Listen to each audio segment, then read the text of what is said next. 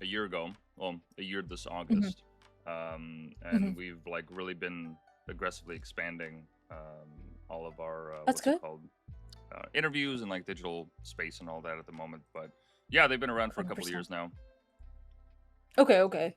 That's cool. That's amazing. Because I started out in COVID as well with my art and everything. So yeah, that's cool. That's cool. Yeah, with all these interviews that I'm doing, I'm realizing that there's actually quite a few artists that started their career around that time, where they just took that time to just be like, okay, we need to reconsider some things, and maybe grad school isn't working out. Maybe art is the thing to do. Yeah. 100%. Like I was doing my bachelor's at that time, and like it was like my second semester, second or first semester at that time. And what I did was that I was just really, bored at the time because you're also doing computer sciences, everything is on the computer, and I'm like, man, I have no like I don't feel like I'm growing. Like in a classroom you feel like, oh man, I'm like with my classmates and stuff, like we're doing everything collectively, we're like coding and everything. But at home it was just like everything was at a full stop. And at that time I remember I was doing like I was just making like random beats and stuff on for myself on like Fruity Loops. And I wanted cover art for myself. And then from there on, I just like got into the realm of graphic design even more. Just like experimenting in Photoshop and stuff. So yeah, that's how I started. Interesting. So what were you you said you were studying computer science? Yeah, yeah, I was studying computer sciences. What drew you to that? So it was just like I was really good with computers growing up. I was really good with like web pages and stuff, and like making making like HTML pages at that time when I was like a kid in like fourth, fifth, sixth grade, something like that.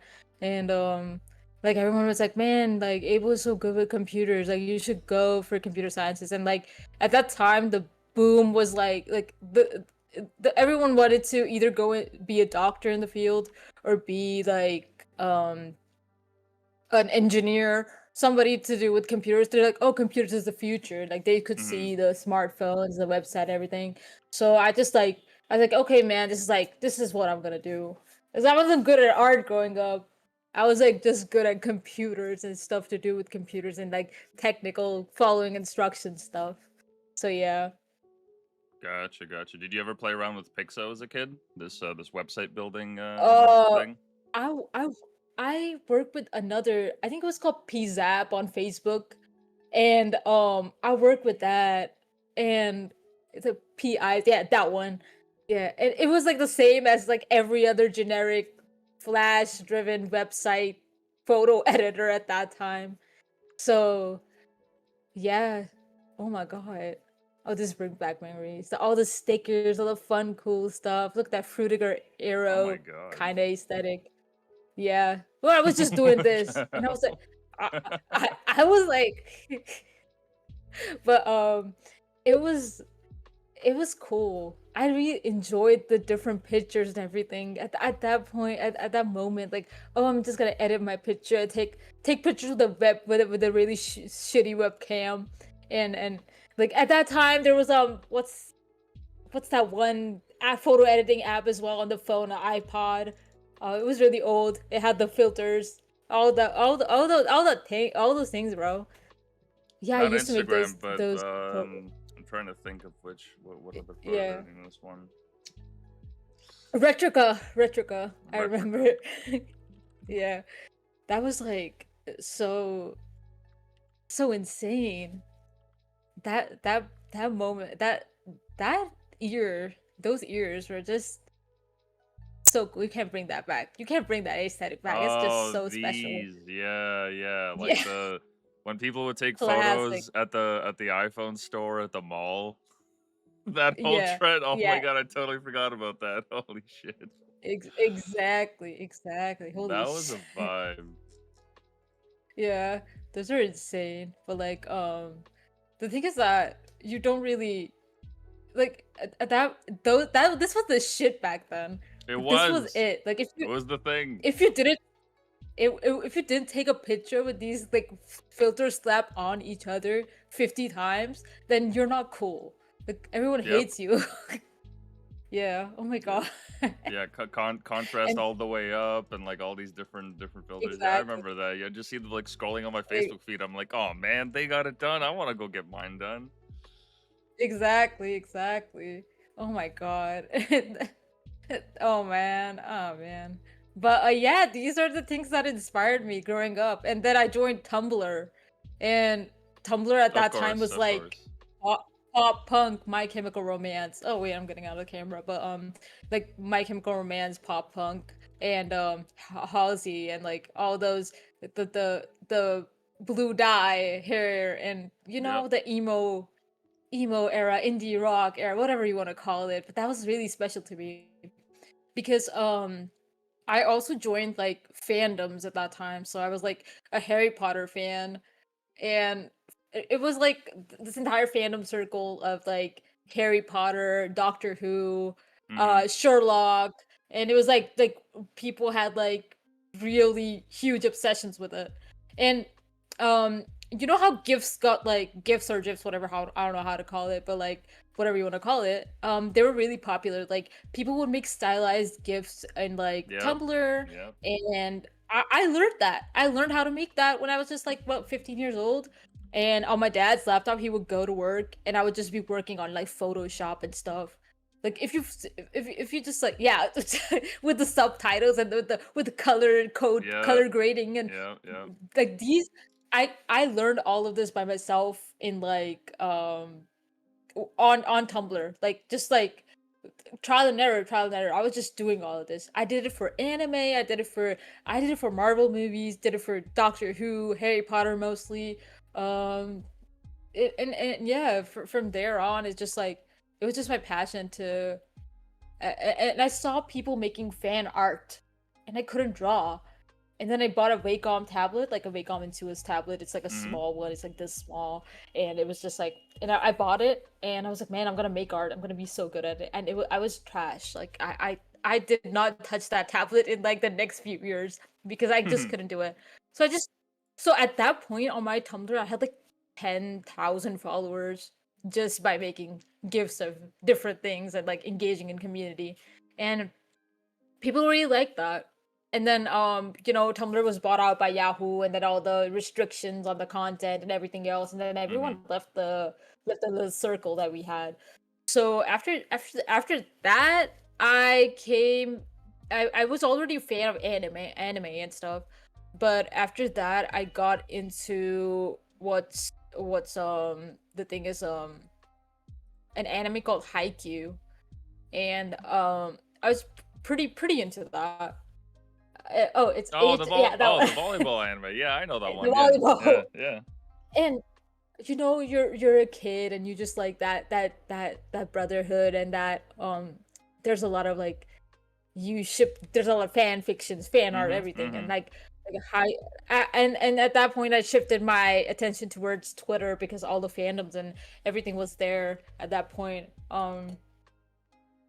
Excuse me. But yeah, and from there on I stopped making any gifs. I stopped my creative journey altogether, because school was also getting hectic, and traveling and stuff. It was just getting tough. This was a little nice little escape that I had, um with my, with you know, with community in general, with art. Like, you're just a kid, you don't know what the hell is going on. You're just waiting for the new season of Haikyuu or some other anime, and you go out ahead and you do, you know, you just engage with community. And yeah, that's it. That's about it.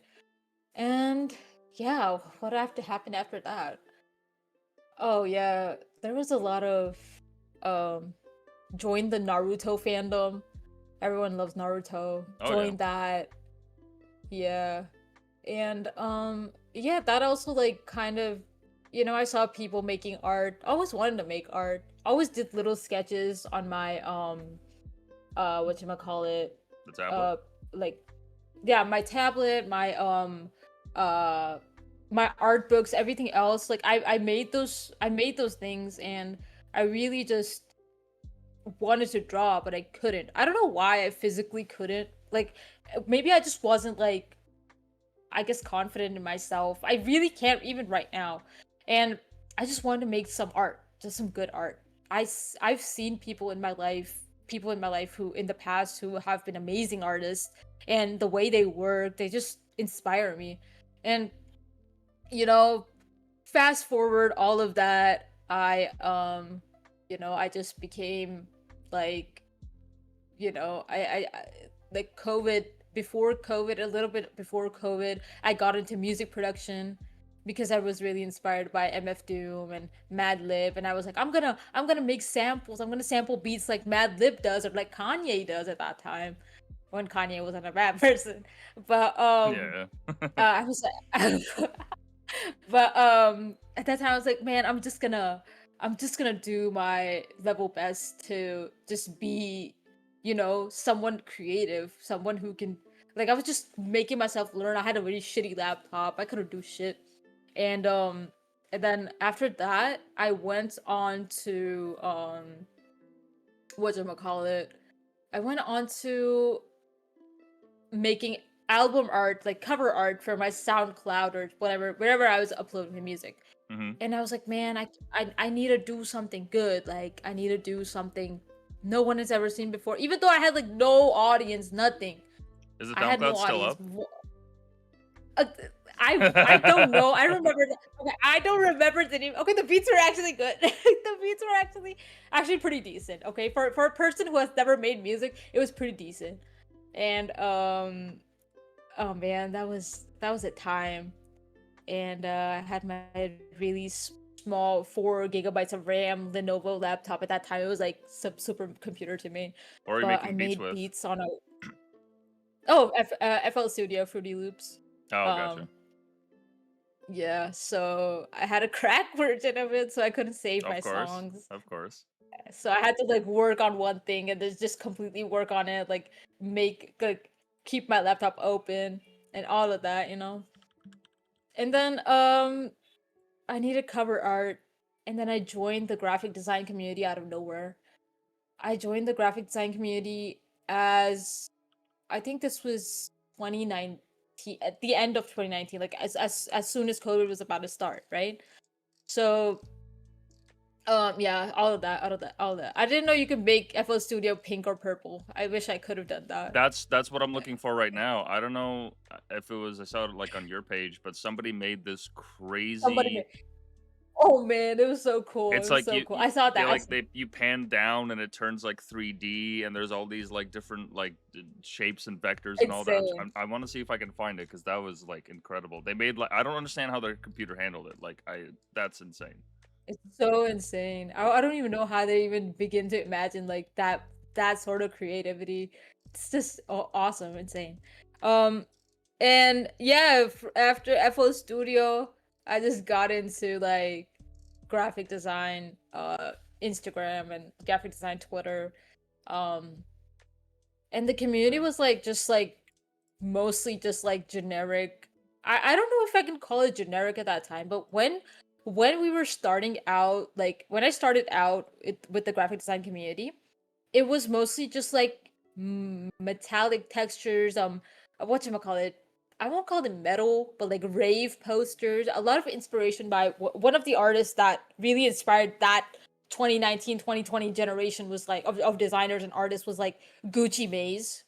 um so Gucci Mane is like a Japanese graphic that he's worked with Nicki Minaj, and his typographic work, his work is insane. Yeah. Oh my. Like his work is Oh just, yeah. you this guy is the pioneer of whatever the hell we're doing right now. Like his influence is just so, like I could see like everyone wanted to be him, either him or Broken, no, sorry, Safe Haven HQ. Also, he's a good friend now. So everyone just wanted to be them, you know? Yeah, yeah. Oh man, Oh, right his on. work is insane, and he started learning 3D. And I remember he hit me up like a while ago. He was like, "Man, you're insane." I'm like, "Are you kidding me? You're like everything that I want to be." And Hmm. his work is just so good, so good. So these two people really influenced the graphic design community at that time, and I really wanted to be them, but I couldn't. I just self-taught myself everything. And and you know, when I joined the community, I joined a Discord group, and it's by the designer. His name is Dread Labs. Uh, he's from the Netherlands, I believe. His name is Tom. Yeah.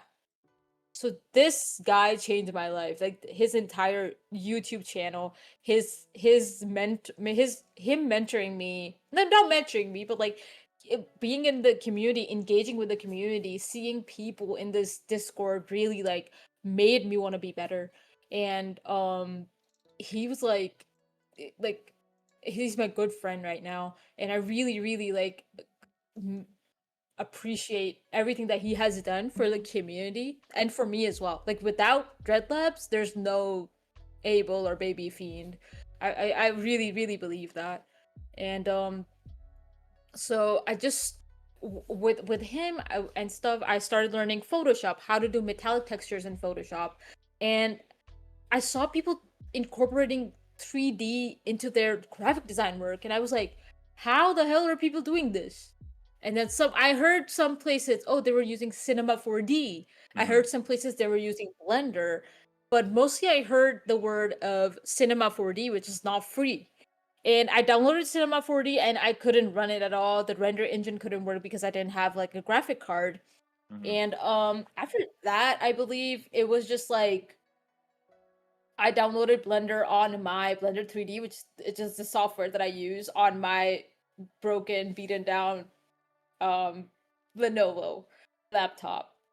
And then it was just insane to me that we could like you could do so much for just a free software.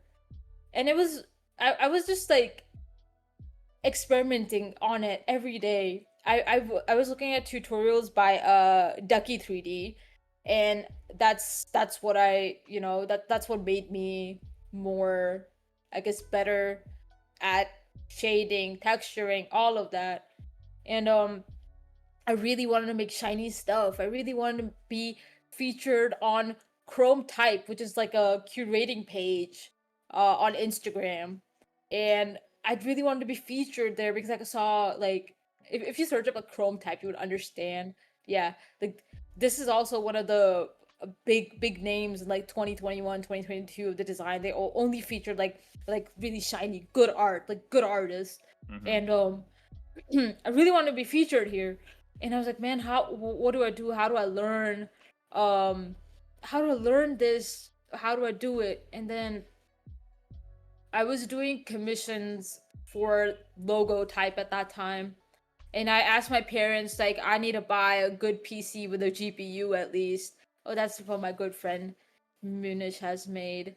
Aryaman, yeah, I like that. I The love Labubu. that. I love the boo boos, bro. Wow, just wow, insane. Like you see the talent people have just learning this by themselves. It's just so inspirational, so inspirational. Moondish is actually one of my friends who actually came up with me during the COVID era, who made this artwork. Oh Um, wow. and yeah, he's amazing. He's insane, completely insane. In a good way. Yeah.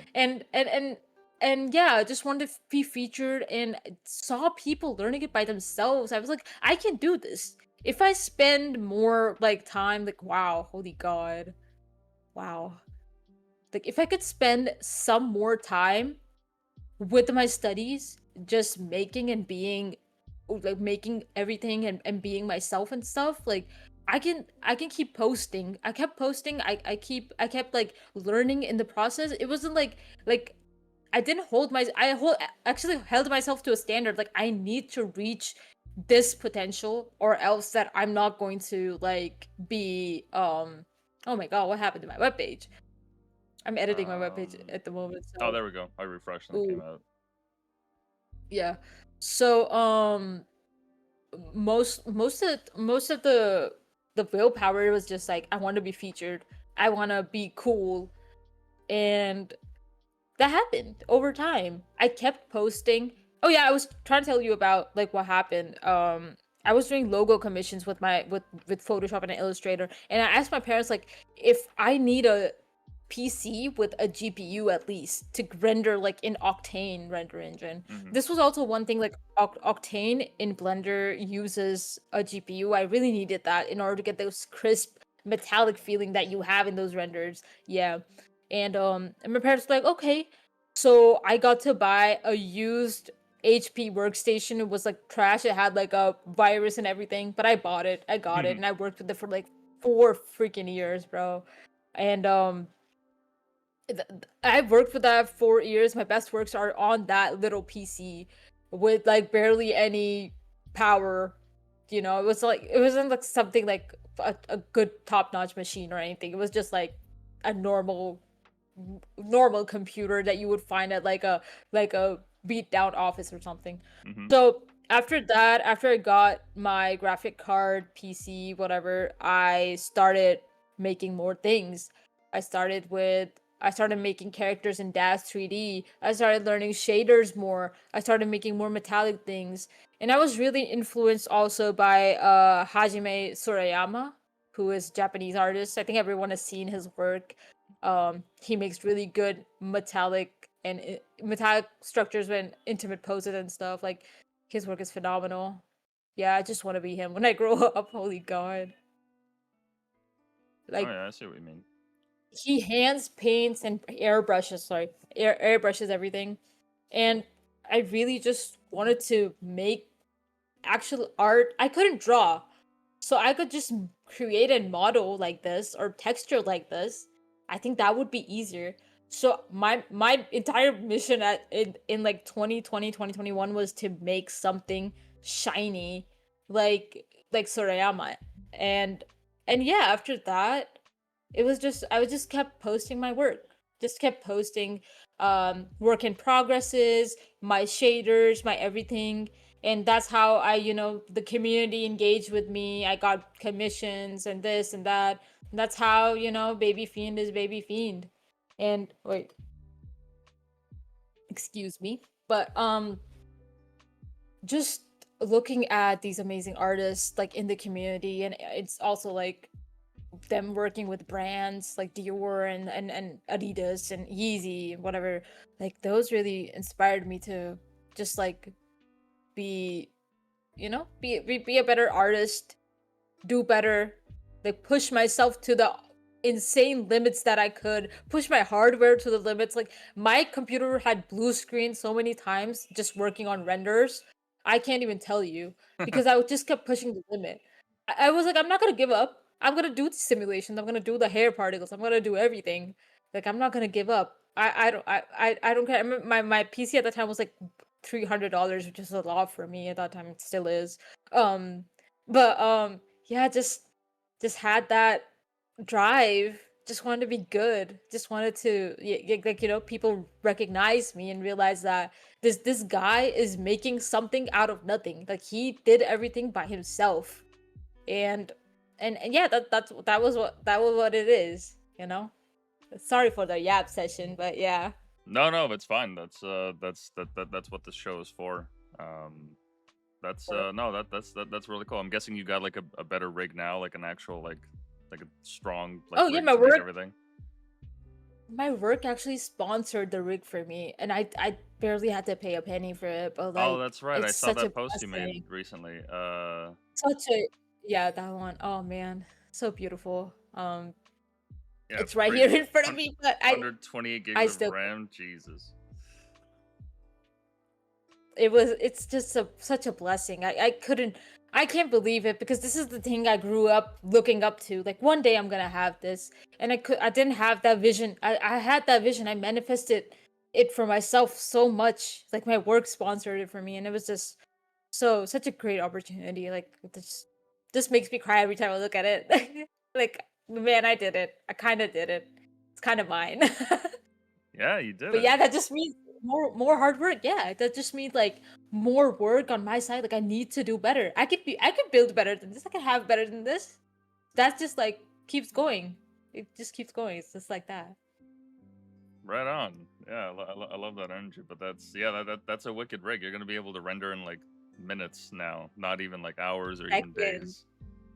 Oh man, seconds feels so good to render in 4K in like what barely 11 seconds. So good, such a blessing. Yeah, more time for work, less time for just waiting. That's awesome. Yeah, more time for work. Honestly, such a blessing. Oh yeah, this is something I did for Gucci. This is also the simulation that was done on my new rig. So on my old one, I would have done this in like 2 hours. This got done in like 15 minutes at the least. Oh And wow. you know, yeah, and soft body simulation, fluid simulations, and everything. They take a lot of time, a lot of RAM space, Mm-hmm. um, and yeah, just like wow. Sometimes I can't believe I made this. I'm like, man, I made this. What? This didn't happen. Who is this guy? Yeah, no, it's wicked. You certainly have an aesthetic that's really your own. Like you said like about the influences and whatnot that you've had over the years, but it's certainly one of a kind.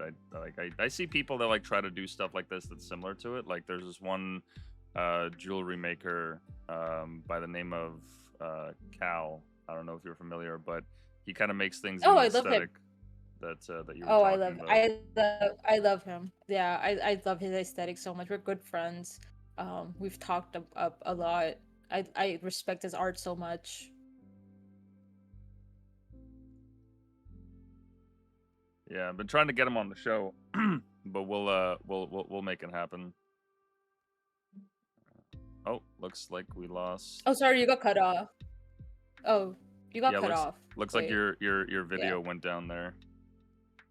Oh, okay. Wait, hold on.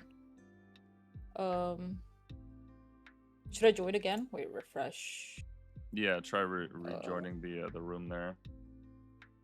Starter supply. Join on the camera. Also, Zypher from the chat says hi. Oh, hi. I like him. He's also my good friend. Let's see if I can switch off the. Yeah, I think that's better. Oh, that's better? Oh. Yep, yeah, you're back on. There we go. Okay. So, that's good. And yeah, I just oh yeah, Cal is such a good friend and his work really inspires me. I saw his lighter the other day. I really want to be him. He uses ZBrush, I use Blender. He's always like use ZBrush, but I'm like, man, it's so hard to learn. But yeah, man, people in this community inspire me so much because they've learned it by themselves. They've learned it from scratch by themselves, sitting down, all the hours that they put in, and that's really admirable. That's what I really like about the designers in this community. Yeah, because besides like going into game dev, I don't know of any like specific programs that are made specifically for like 3D modeling. Some people that I've talked to in this space, they've gone to school for like architecture and then they transition to something like Mm-hmm. this. But realistically, like most people just kind of learn it on their own dime. They just they take time away from work or studies or what have you, and then just see if they can pick up something by learning tutorials or by copying other people's styles. But it's a very like 100%. it's a very like niche industry. You really have to kind of just make it your own way there. 100%, 100%. And that's really, I really like that. Like people, like all the artists on Twitter or Instagram, they get their own styles from like learning and like people ask me, how do you do it? And I'm like, I just do it. I just like make that something that feels right to me. That's it. And yeah, I've been learning Figma, which is insane. I love Figma so much. I hope I can make more things and more like I want to integrate my 3D art into like web and UI. I think UI is so dry these days. And I just really like people are like, I don't like liquid glass. Man, fuck it. I love liquid glass. It's so unique and special. I I I just have like I just want like the integration of both 3D shiny things and web or UI. Like that's like my goal for right now to implement, my art into the UI, the dry UI that you see. Yeah. Oh, I remade the logo and everything. Oopsie. Oh yeah, I see that here. Yeah, liquid glass is like it's kind of Oh, made I think. a, a, a Wait, hold on. comeback.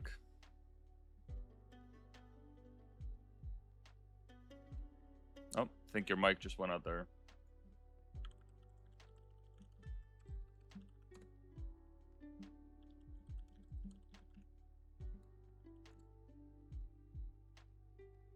Hello? I think your headphones might have died there. Bear with us for a second, fellas.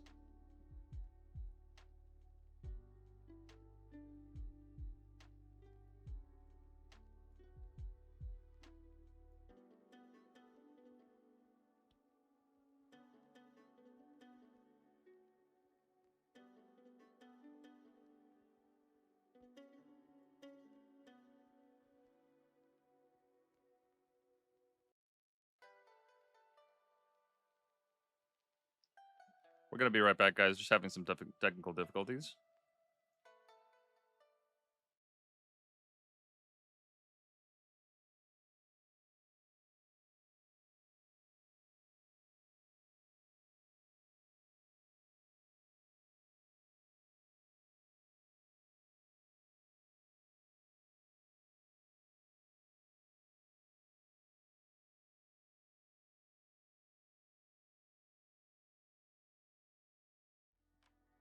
Oh, there we go. Now we're back. Yeah. Okay. No worries, no worries. But Sorry. yeah, as I was saying, Yeah. the liquid glass theme, it reminds me of like a lot of the old aesthetic for like Windows Vista and whatnot. Like 100%. I wasn't a fan of like the system because it would just be so glitchy. So I Yeah. think I stuck around on XP until like 7 came out. But yeah, like the Okay. aesthetic was unmatched. I remember I had a PSP and somebody created like it wasn't even like a hack. What it would do, it was like in the days of Shockwave Flash, they created Mhm.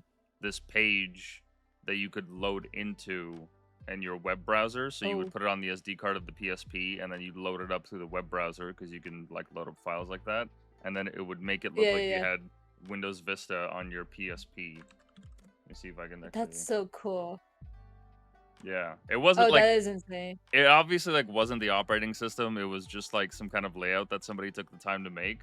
Yeah. And it had Yeah. like some basic games and whatnot. But yeah, I remember that being just like the coolest thing. I was like, oh man, I love this aesthetic. That's so cool. That is so insanely cool. I love that. Like when you're a kid, when you're like younger, you don't really like appreciate the things that you have, and now it's becoming like, oh my god, Y2K aesthetic, or oh my god, Fruitiger Mm-hmm. Arrow aesthetic. It's so unique and so it's just a good thing though. Like I really enjoy that people are like having those. Oh my god, it's nostalgic, even though it came out I feel old now, but like still, it's so nostalgically good. It's pleasing to the eye in a way, and you have so much minimalism in the world right now that these unique things like people are I'm just surprised that people hated liquid glass. I was like, people should appreciate that. And I hate the rollout that they're doing. Obviously it's in beta and everything, but I feel like it's such a unique thing. It's so much more than the minimalism that we're dealing with right now. Yeah, like you're talking about like Apple's design and how they're kind of like returning to that kind of aesthetic. You mean? 100%. 100%. Yeah, I really like that. I really do. Like all about unique style and unique UIs. It's really hard to see people, especially me being from like the tech, being around tech people and computer science and everything else. It's like I need to see the uniqueness in design. I don't want you to copy and paste. I want to see what you want to make. Where's your creativity? Or what you like me, I want to incorporate pink. People are like, "Oh my god, you're incorporating pink. You're a man. You shouldn't be doing that." Bro, who cares? Just do what you Yeah, want who to do. cares? Just make pink liquid glass if you want. Yeah, I don't know why anyone would have like any hangups about it. That just seems very like childish. Like, okay, all right, man, whatever. Or But no, yeah, yeah. there's a lot of interest in that kind of space now Mhm. of just I don't know, just like it's just cute. It's just cute shit. It's like such a good color. It's pink is such a it's not even about being feminine or masculine. It's such a color good color that stands out. Like it's pink. Like it's just such a special color to me, and I really like that about it.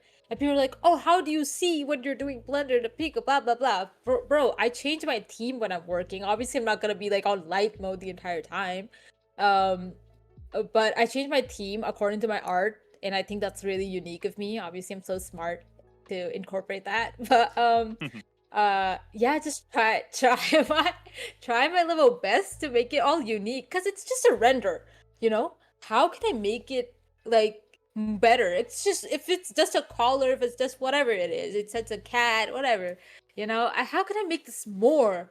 How can I make this me?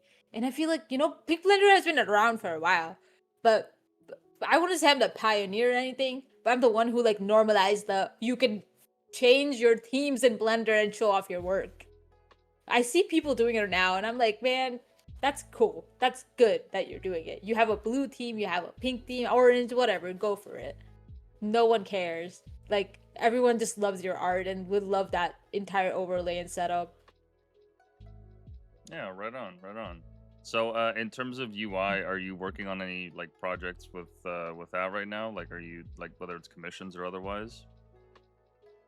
I am. I am working on 3 projects right now. I have a friend who does web dev. I'm doing it with them, and I'm really excited because my client is really good. Thank you so much for being like, thank her so much for being so cooperative and so trustworthy of my vision. And yeah, we're doing that. We're incorporating both like fruitiger arrow aesthetic as well as the liquid glass and the everything. Like, we're trying to make something which is unique, which is fun. People would like it and be like, man, this UI is insane. Like, who the hell was behind it? I'm trying to do that with like this commission that I have. It's kind that I have actually, and I have I'm learning with myself. Like, I'm learning like Figma by myself, doing like little projects, remaking video. Like, actually, right now what I'm doing is like remaking video game UIs and stuff. So that's a cool thing that I'm doing. Mm, Like, what kind of video game UI? yeah, like anything. Oh my man, I was working on that one. What's it called? That racing games mostly.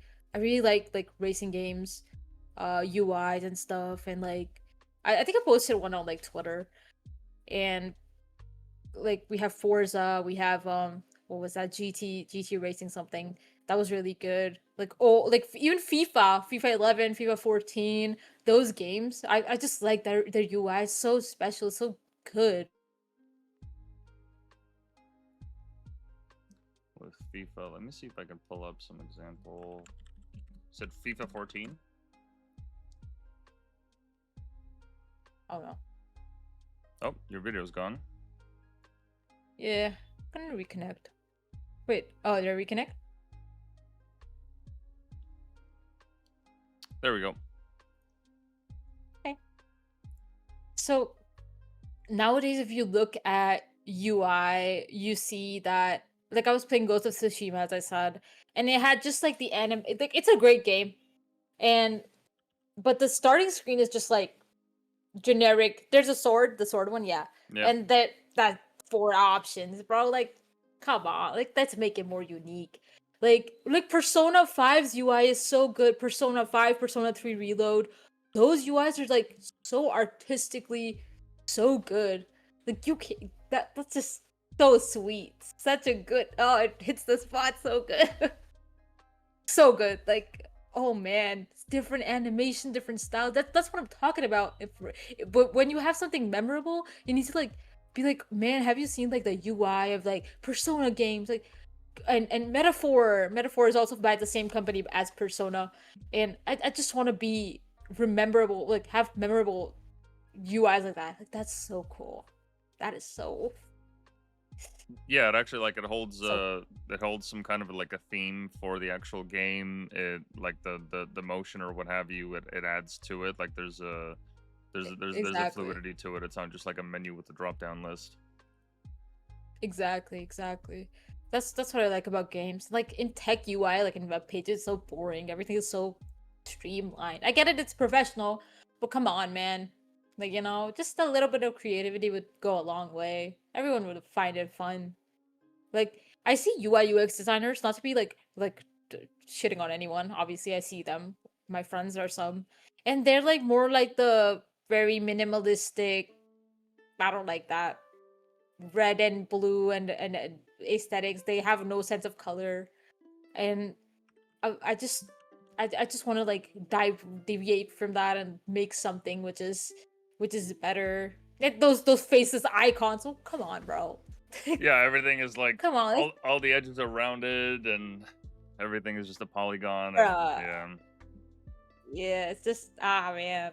Bro, come on. You could do so much with this. You could do so much with design.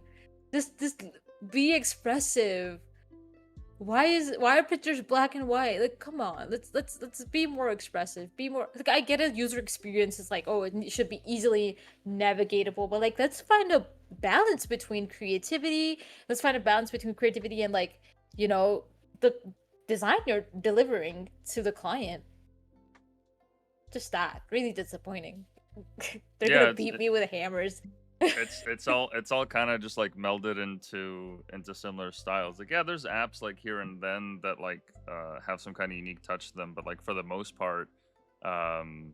they all just kind of seem the same. And yeah, I wonder what that is. I feel like that's probably because the industry leaders switched to that aesthetic. Oh, we lost you again. Let me see here. Sorry, apologies for all the interruption, guys. We're working on getting her back for you. Okay. Am I back? The audio is back. Oh, okay. Oh, There we would go. you Now the prefer that I video. just do? Oh, okay. I don't know why that's happening. I'm so sorry. My internet is fine though. I don't know why. Probably the Uh, site. But yes. but yeah, because I was saying like because of the industry leaders, they switched this like kind of minimalistic style, and so everyone just kind of followed Mhm. suit because they know that it worked for them. I feel like that's part of what it is. Yeah, it's like they're making another Facebook or they're trying to make another Twitter. It's not gonna work, bro. Like let's make something which is different. You know? Yeah, there's no end to these UI. I mean, just about like even Figma here, it's like, oh, cool, create a new account. Like, all right. Yeah. I mean, should be a good balance between it. That's all. Like I see a lot of people who are making amazing design, amazing work, and I really appreciate that. Like I now have the cool side of UI on my pages and stuff. That's so cool. Like I like this UI, the That is old PSP UI. You just scroll through the categories and go through it, exactly. or even Exactly. the old Xbox, PS2 one. The the Xbox. PS2, do you remember the PS2 save icons, the little 3D icons that you used to have in the save bar? Like not the UI, like if you had to like what's it, the save files and stuff, saving UI. Yeah, those. That was so cool. Oh man, we should bring those back. It's so cool. Like the save files would be in the shape of like the characters or like just unique things. It's so cool. Yeah, at least it had like had some like I don't know flavor to them. Like it made it so that each file 100%. is individual and it's not just like the file name or extension or what have you. 100%. 100%. Because it was such like you would think that you would be playing games. Like you would be in another realm. You're not like, oh my god, this is just minimalistic and it's just marketably good and blah blah blah. Bro, no. Yeah, I'm trying to find the old. Oh yeah, here it is. Like this dashboard by the Xbox. That one's remembered by a lot of Whoa. people too. That is so cool. Still has like kind of Insane. the Just liquid insane. glass as well. Exactly, exactly. You see, like when you're like playing those games, you're like, man, I'm in the spaceship. I'm trying to play games. It's Y- so cool. Yeah, it actually like it does change the way that you I don't know just feel about interacting with it. Like whether it's a sound 100%. or like how it moves. It's a Sound, big part yeah. of it. Sound as well. Sound is so important in Xbox does a better job than PlayStation by far. But now it's like the more generic Windows type. Yeah, this Yeah, the what the hell tiles. am I looking at, bro? I hate why would you do that? Why would you have something so good? Everything Well, just moved to man, these like tiles and these squares. Yeah. so disappointing. Like I want to learn more UI in order to incorporate both like user experience and like more enjoyable, but even like the Nintendo Switch, I have to physically like we need to download like themes for it to look better. There's a Wii theme. I have a Persona theme right now on my Switch. Like what am I looking at, bro? Like Nintendo used to be so like the Wii menu itself used to be so freaking good. Oh yeah, the with all the The different Wii channels and UI whatnot. is so good. Like this is just classic. Like, bro, you had something so good. You could have expanded on it, bro. It's so damn, so good. So good. Insanely good. Yeah, it just felt different. It felt like you were actually like in a Mm-hmm. different space. 100%. 100%. So good. Do you have any UI that's like up on your site right now that you're working on, or? Oh no, it's all only on like Twitter. I haven't uploaded. I'm literally just like arranging my portfolio right now for a lot of things that I'm gonna do, and that it should be updated by like Sunday, Saturday by most. But That's cool. You can yeah, it's move the just a fun icons little. around. I like that. Yeah, it's like a desktop screen. Like you could just like move everything around and stuff. Yeah, that's awesome. I like that. Yeah, that's so cool. And I saw that you have a Patreon where you do tutorials as well. Yeah, I have around 2,000 people, members on my Patreon, which is such a blessing, huge blessing, and I love every single one of them. Um, I feel like I'm a huge like self-learning. Like I always tell people I'm self-taught. I've self-learned. And obviously you need school. I'm not saying don't go to school if you can afford it, go to Mm-hmm. school, obviously. But I'm like as someone who went to school and learned all of this independently, I feel like this is just like something that I want to give back to the community. The tutorials, the source files, everything. It's like just a little. Even I started my YouTube as well, but I haven't updated it as much at all. I just uploaded one video that I had on my Patreon, but it doesn't have any voice or anything. But I just wanted to give back to the community. I know that Blender and Octane are very different software and niches. Like people don't really use it. People always ask me how you do it. And that's what I want to share. Like even the little tidbits of like information on how I do or how you can achieve your own style because I learned from YouTube. I learned from these creators and I'm just like I can do the same. I can like give people back the knowledge that I have, and that's how you grow.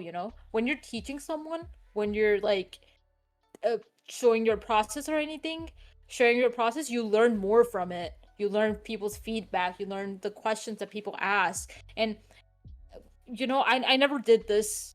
I've never make art for money. It was never my goal. It was never something that I was like, okay, art is going to be a career. No, I thought computer science, whatever, engineering would be my career. This is just something that happened by God's grace, and it's just I just really wanted to give back the knowledge that I have. What am I gonna do with all this knowledge, I can't just like sit here and gatekeep. If you want to gatekeep, that's fine, but that's just not gonna be me. I like telling people, okay, you can do this with this and this. Like I don't want art to die, especially in this I guess climate of AI and everything. I just don't want art to die. I don't want that passion of people to die. So that's why I do it. Yeah, right on. No, that's a good thing because you even mentioned earlier how most of the stuff that you picked up was because you joined all these different communities, whether it was on Discord or Tumblr or what have you, and that gave you Mhm. more inspiration, more drive, and more interest to keep pushing it forward. So this is your kind of way of like creating that kind of space as well.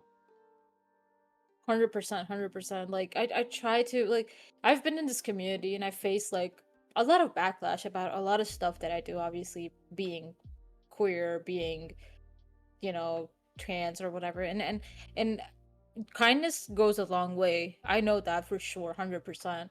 And I just like I want to be a kind person. Someone, if you look up to me, if you say, "Oh, this is your favorite artist," then this guy should be a nice person. I believe that 100%. You can't separate the artist from the art. You need to be a good person. You need to give back. You need to be helpful. I think that those all those factors are like so integrated into yourself and into your you know, work as well. Hmm. Like you when you look at somebody's art, that person is a shitty person. If you know that person is like a weird person, a shitty person, a narcissist or whatever, you're just like you don't want to like see him. You don't want to like support them or whoever. But like when you know somebody is a nice person, that art, like the art itself speaks to you as a somebody who's a viewer. Like, okay, this person is so cool. Why is he cool? Because he's so kind, because she's so, like, you know, amazing. And the art, it's so beautiful, just because all of those things are just meshed up and integrated into each other. So yeah. Yeah, it makes it easier to enjoy the art because it's like, I mean, I'll still like listen to Graduation. You know, I still love like 808s and Heartbreak. You know, Yeah. I love like, you know, a lot of that early work and the albums, but it just 100%. it's not as if like I could go and like have a conversation with someone and like some random stranger and be like, "Oh yeah, I love Kanye," but because now it means two different things. It's like, okay, well, is it like because you love it for his opinions, or do you love him for his music, or you know, what's your Mm-hmm. take on that and all that? Mm-hmm. It makes it Mm-hmm. more complicated. So like the 100%. separating the art from the artist, it can be done. It's very difficult. Um, but like you said, it makes it easier if the person isn't like a piece of shit or like doesn't have like extremely um not offensive, but just like extremely I guess not different. I don't know what the word I'm looking for is, but like controversial, Biased, extremely controversial like bigoted. opinions. Yeah. Yeah, that Yeah. kind of stuff. Um, Yeah. it just makes it that much harder to like to enjoy the art in some respects. But yeah, no, that's awesome that you're Mm-hmm. building a community of your own in that regard, and you're not gatekeeping. You're more like open sourcing it. 100%. Blender is also open source, so I'm just like, you know, giving back to Blender in a way as well. Like, what Blender community is so amazing. Blender, the founders of Blender are amazing, and you know, just an amazing software. So good. So I can't really stop saying good things about them because they're just amazing. Amazing developers, um amazing tool that they've made, the updates that they put out. I'm so glad the community supports them. I'm so glad that, you know, I just wish it was industry standard. Industry standard is like 3ds Max or Maya or Cinema 4D, but I see people now only learning Blender and not any of those. Yeah. 3ds Max also, you need to pay for it. Again, such a hassle. And then Like, these let's memberships make like these cost a lot. It's tools not as if it's like $200 or something. so Some of much. these like cost like thousands. Yeah. Yeah, even Adobe, like I don't even want to get started on that, but like, Oh, they're man, awful. They're the worst. Adobe's actually the worst because they charge so you bad. to cancel the membership. Like, who in their right mind would do this, bro? Like, if you're a studio, I get it. Okay, you need to do it professionally, whatever. But holy god, man, like that's a lot of money. You can't even learn this. At that point, you're just telling people who like, since I'm really like passionate about this topic, but like um people like me, people from poor households or come from generational poverty, you're literally stopping them from learning these softwares. Mm. I'm so glad that stuff like Blender or any open source, you know, coding or development tools are there, because those give us the opportunity. People who think they can't learn it, they can learn it. They can do whatever they want. The other day, I don't know if you saw, but like there was this huge argument on Twitter. I said I'm a self-taught artist, and that this guy was like, self-taught artists would only have YouTube University on their resume. And I'm like, I have Nike, Gucci, Viviane Vewstwood, Coachella, Vogue, Junya Watanabe on my resume, bro. Like, what are you like? The tools, these free tools have provided me the opportunity to work with these amazing brands that you would think, oh, I need school for this or I need money for this, but you really like just need a few resources in order to get started. Same with like all the free drawing tools and development tools. And yeah, that's what it is. I just think it's classes that they made $350 a whole month, bro. That's insane. Yeah, That is 350 a month, insane. 2K a year, like that's a crazy amount. People cannot afford that. Really cannot afford that. I know this because uh, like it's not possible at all. It's just so bad. Insane. Mm-mm. Yeah, I know it's really good that there is software like Blender that really helps equalize things. Like anything that's allowed to like open source it. I mean, like even pirating or like torrenting stuff, like whatever feelings people have towards it, it enables people around the globe to have a job, to be able to provide for themselves and their family and their loved ones. 100%. So at the end of 100%. the day, like the more of this stuff that's open source, the more of it that is out in the ether, the better everyone benefits. Because now like Nike or whoever all the people you've collabed with, if you didn't have access to this open source stuff, they wouldn't have been able to hire you and to get what they did from those collabs. 100%. 100%. And about piracy and stuff, like I get the concerns, the legal concerns. I'm not saying this is not disclaimer. This is not an invitation for piracy, sorry. But a lot of open sourcing is needed. The Blender movie Flow, it won an Oscar. That's Mm-hmm. insane. That With is a team of like insane. 10 That is people. so cool. Exactly. Such a great, amazing project. And just Blender, so cool. Such an amazing movie. Yeah, they had a budget of like 3.5 million euros. They made 50 mil, won a bunch of Oscars and awards and everything. I So think they were good. like the animated movie of the year, best So international good. feature film, best Mm. animated feature. Yeah, all these Yeah. different awards. No, it's absolutely the way to go. Like I understand like Adobe has a model and they have they have a huge reputation with like the art and design and photography and like just the creative community, but they're like absolutely the 100%. worst to work with. Like I 100%. I detest it. For all my video editing that I do for like this show, I had to switch to DaVinci Resolve, which is a free software. So good. So good. um DaVinci is so good.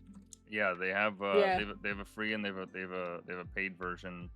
Um, but Hmm. it's so much better, and it doesn't make my computer crash. And like I don't have a shitty rig. 100%. Like I got 32 gigs of RAM. I have a decent video card, but every time I would try to like render videos, it would Hmm. use like 90% of my CPU and my GPU, and I'd be like, okay, so now I can't use my computer for 5 hours. Hmm. Like what the Yeah. hell? This is so stupid. I don't understand why. Like this is Adobe. This is supposed to be cutting edge. And the amount of times I've heard people say Exactly. stories of like how their software Exactly. crashes, it's like, dude, so what? Okay, I get the privilege to pay for this, and now like this crashes on me. Like, oh, screw you guys. 100%. Even like After Effects, I started working on it and I was like, man, why the hell is this crashing like crazy? I barely imported my image into that and it was like bugging. I was like, what is up? What is happening? It's just so like, just insane how Adobe is just like and no one stops them. People were like, "Oh, Adobe's gonna buy Blender," and I was like, "Nah, that's not gonna happen ever. They can't do that at all." Yeah, there was a no. They would never like blend at this point. Blender can't be bought, and even if like Blender is bought out, there's gonna be someone that's gonna Mhm. take like the source code because it's open source, and they're like, okay, well, I'm just gonna Of make course. like Dender or whatever, Yeah, and now we have our own like still free model. Um, yeah. but yeah, I saw this post yesterday. I Oh my forget god. forget who wrote it. It Yeah, was me too. basically I it's basically something yeah, like it this, was like saying basically like, "Oh, do you guys dare me to pay the fee of, like 4 days out of the before like the yeah. subscription ends?" And it's like, dude, like that's insane. You're charging people to cancel the To subscription. cancel? insane behavior. Oh my lord. That is just so shitty. Like, what? And that's the thing. These like Blender is made by people who actually are, 3D artists, modelers, people are who are passionate about it. Adobe is just run by business people, bro. They don't know shit about photo editing or video editing or people. That's the thing I hate about most tech stuff. Like you are not passionate, the software side, like you're not passionate about, but I'm not gonna say anything about bad about any gaming companies, but most of these even gaming companies with their subscription models, like I think it was Assassin's Creed or something, but subscription models with these bundles with you cannot play the game if you make until you make some in-game purchases as well. So it's just these companies are run by businessmen instead of like actual gamers, actual people who work on the software, actual Mm. people who actually want accessibility instead of money, money, money. It's not all about that. You're already like 1 billion gazillion dollars in. Why do you need more? Yeah, I mean, like I figure this, like all these franchises that pop up, it's just like it's in the same vein as Hollywood. It's they realize that there's a formula that works, and they have investors that need to Hmm. recoup the money that they put in, and they need to make Yeah, more on top of that as well. So they 100. just try to squeeze everything out. Like I remember there was a every year Hollywood, there's like some group in Hollywood that does like a report on how certain actors are portrayed in films. And I think this report got leaked one year where they essentially broke it down. Like they had a whole PowerPoint where it said like, okay, if let's say like Kevin Hart is in this movie, how does he deal as a lead? How does he deal as a lead in a romantic comedy? How does he deal with the lead in like a drama? And it had like this entire breakdown of like every genre, whether he's a leading man or he's a supporting actor or whatever, of like how much money or revenue they can make. So they have it down to like a science, which actors they can plug and play into which roles, into which That is genres. so bad. And that's why we have like 20 rock movies of him like doing whatever, and like fine, whatever, if that's the kind of art that you want to make, no one's gonna stop you, by all means. People are gonna go see it, like, sure, fine. But it lacks in anything that is substantial, that anything that is actually like Yeah. that is lasting in time. And I've seen the same thing happen in the gaming industry, where like you have all these big teams for, like you were saying, Call of Duty, Assassin's Creed, all these different games. But then every now and then you have a game like Peak, which is made by like a small team. I forget how many there are, 100%. but they have like Yeah, yeah, yeah. 70K players at any given moment. At Yeah, their largest, I think it was like 100 something. They have 100, like 100,000 concurrent so good. players. There's also Exactly. Schedule There's One, Undertale. There's Undertale. Undertale. There's Yep. Deltarune. Like Deltarune is made by like three fucking people, like one person, bro. Like it's so even if it's not like being played, obviously it's like a single player game. It's still something that people like. There's an entire fandom, people waiting on the next chapters, next gameplay, and that's like that's the thing. Like you don't really need a entire what was that one game that got canceled by PlayStation when it came out? It was like a Valorant kind of game, like a shooting game. It was like Concord, I believe. Something like Yeah, I that. think that was it. Yeah. They used the same Valorant Overwatch formula and it Yep. got canceled within like minutes. They were like, this shit is not gonna, we're not gonna like it was a flop. People are if you look at the game awards, you would see samurai, you would see the guns, and you would see like an anime gacha game. Like those three games are like Yep. prevalent in the entire industry. Like why do you need to make clones? Where is the creativity? Let's see you make something about like, there's a game called Date Everything, and that's the unique concept. Like I'm just like like these are made by real gamers, people who actually want to make games, like actually have played games, and they're like, yeah, when I grow up, I'm gonna make games. And these are people who like make like insane games like this. There's Toby Fox who made like Undertale. It's like, and there's like a lot of examples I can give, but these indie gamers, they are the ones who are keeping the industry alive. Animal Well as well. Animal was famously Insane. made It's by one such person. a good game. He did the music design. Good, He created a new engine for it. He did everything. And the best part is so that good. this game was released by a YouTube content creator who I love. Yeah, yeah, Donkey. Video Game Donkey. I love Video Game Donkey. He's I love Donkey. shout I out to love Donkey. Donkey. I love He's a legend. shout out Um, Donkey. he Yeah. created like after doing like all these reviews and building up a following over all these years, Yeah. he decided to take it Yeah. upon himself to create a studio. And now Mm-hmm. that they have a studio, Yeah. they can make whatever games they want. And it's Exactly. amazing because now it's like you're actually making I love stuff that the that. community is going to play.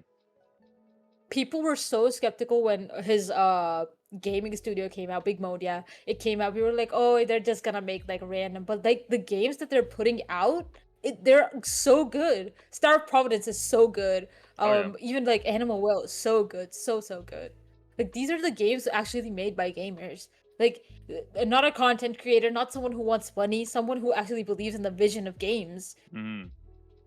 And yeah, and they had like when they initially like released Big Mode, they like created a callback sheet. They were like, look, if you're somebody that has an idea, if you're somebody that just Mm-hmm. doesn't have the funding for it and just doesn't have the support, but you have like an idea for a game or you have like a demo or something worked out, hit us up and Yeah, we'll help make it happen. And it's amazing because like 100%. a small studio like this was able to get their game on every platform. I'm pretty sure like Animal Well is on like everything, PlayStation, Xbox, On Switch, everything. like everything. So good, so good, like insane. You just can't. Like AAA games are so trash. It's like playing the same thing over and over again. Barely is there anything which is like there's the same skill points, same art style, same everything. Mm-hmm. Um, the indie games, designers, artists. These are the people who are keeping the entire industry alive. Balatro, most famously, made by Oh one yeah. person.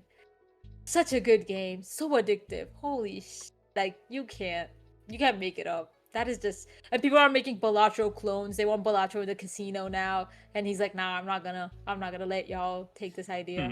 So that's such a like these are the people who are keeping the industry alive, really. Not the AAA games, not the businesses, not the classist people, I guess. But yeah, it's so feel so passionately about this because games are like something you grow up with, and now seeing it being used as a capitalistic, I guess, capitalizing scheme and stuff, dragging people into like most famously EA with the loot boxes and everything. Yeah, Like yeah. and EA just putting on the same like even 2K putting out the same 2K basketball. Like what happened to the game I love, bro? You don't have to put out a new 2K every day. It's such a mystery. Why are they like this? Why are business people like this? No, I mean, like I said, it's just it's a formula that works, and they know that 100%. they'll get like a Yeah, certain amount of money if they invest in it. But like realistically, that yeah. the year in year out, whether it's the Call of Duty or the FIFA or whatever, it doesn't really they don't really change much. They don't really upgrade much. It's kind of like Apple. It's just like incremental upgrades over time.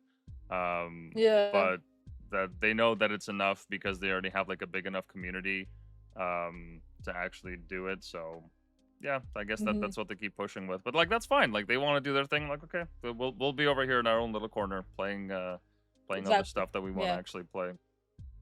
Exactly. Yeah, but Yeah. that's kind of like the mood that I find in just about every industry, whether it's music or what have you. Like people are just Hmm. done with like the formulaic versions of all these movies and franchises. They want something new, they want something Hmm. fresh, and they're flocking to this stuff in like a big way. I mean, Pal World was made by like a small team in like South Korea or something, Yeah. and they had, Yeah. I mean, like how many people do they have playing in their game at any point? Let me see if I can find out. Man. Still going strong. Yeah, at their peak, That's they a had lot of like people. 1 million people. Yeah, Didn't they get sued 200K. by Nintendo?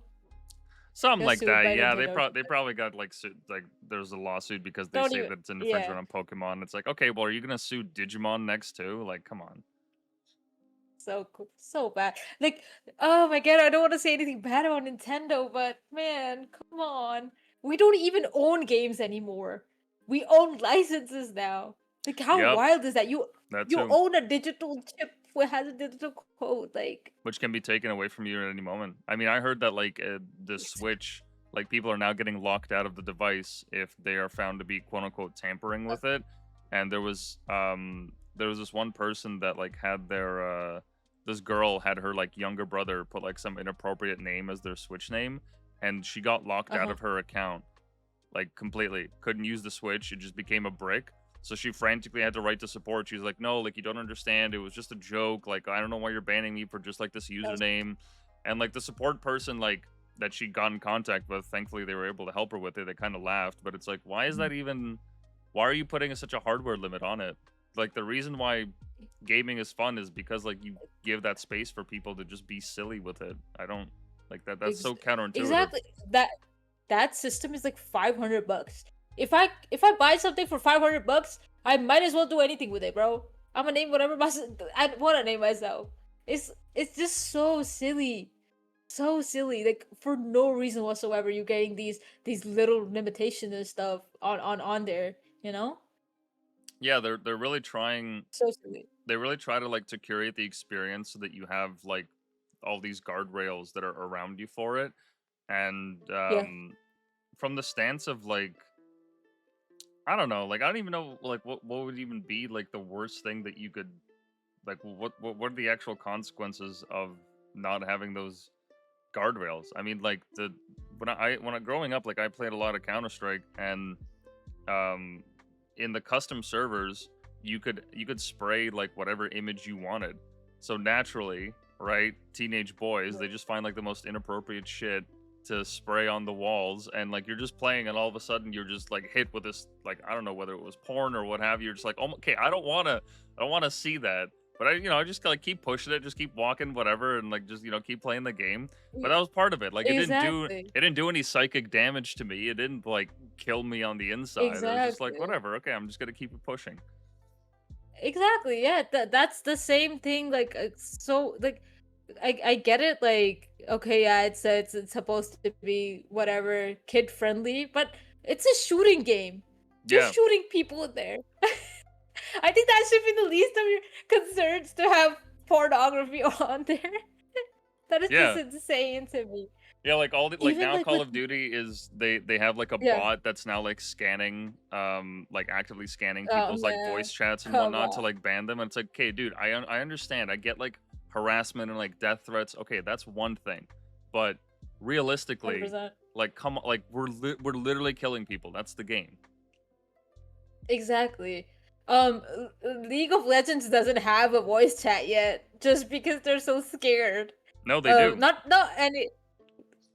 They're so scared of the concept of voice chat. Like League is already toxic. Okay, no matter what you do, people will find. They made an emote like emoji. Like I guess that was used as a death threat. They will make anything explicit, and then they're just cutting off corners or everything. Like I love Riot, whatever, but man, they're cutting off corners in that. They're delivering super shitty skins in game, and not delivering the things that people actually want. Like optimize the game, make the new layouts, make the new like.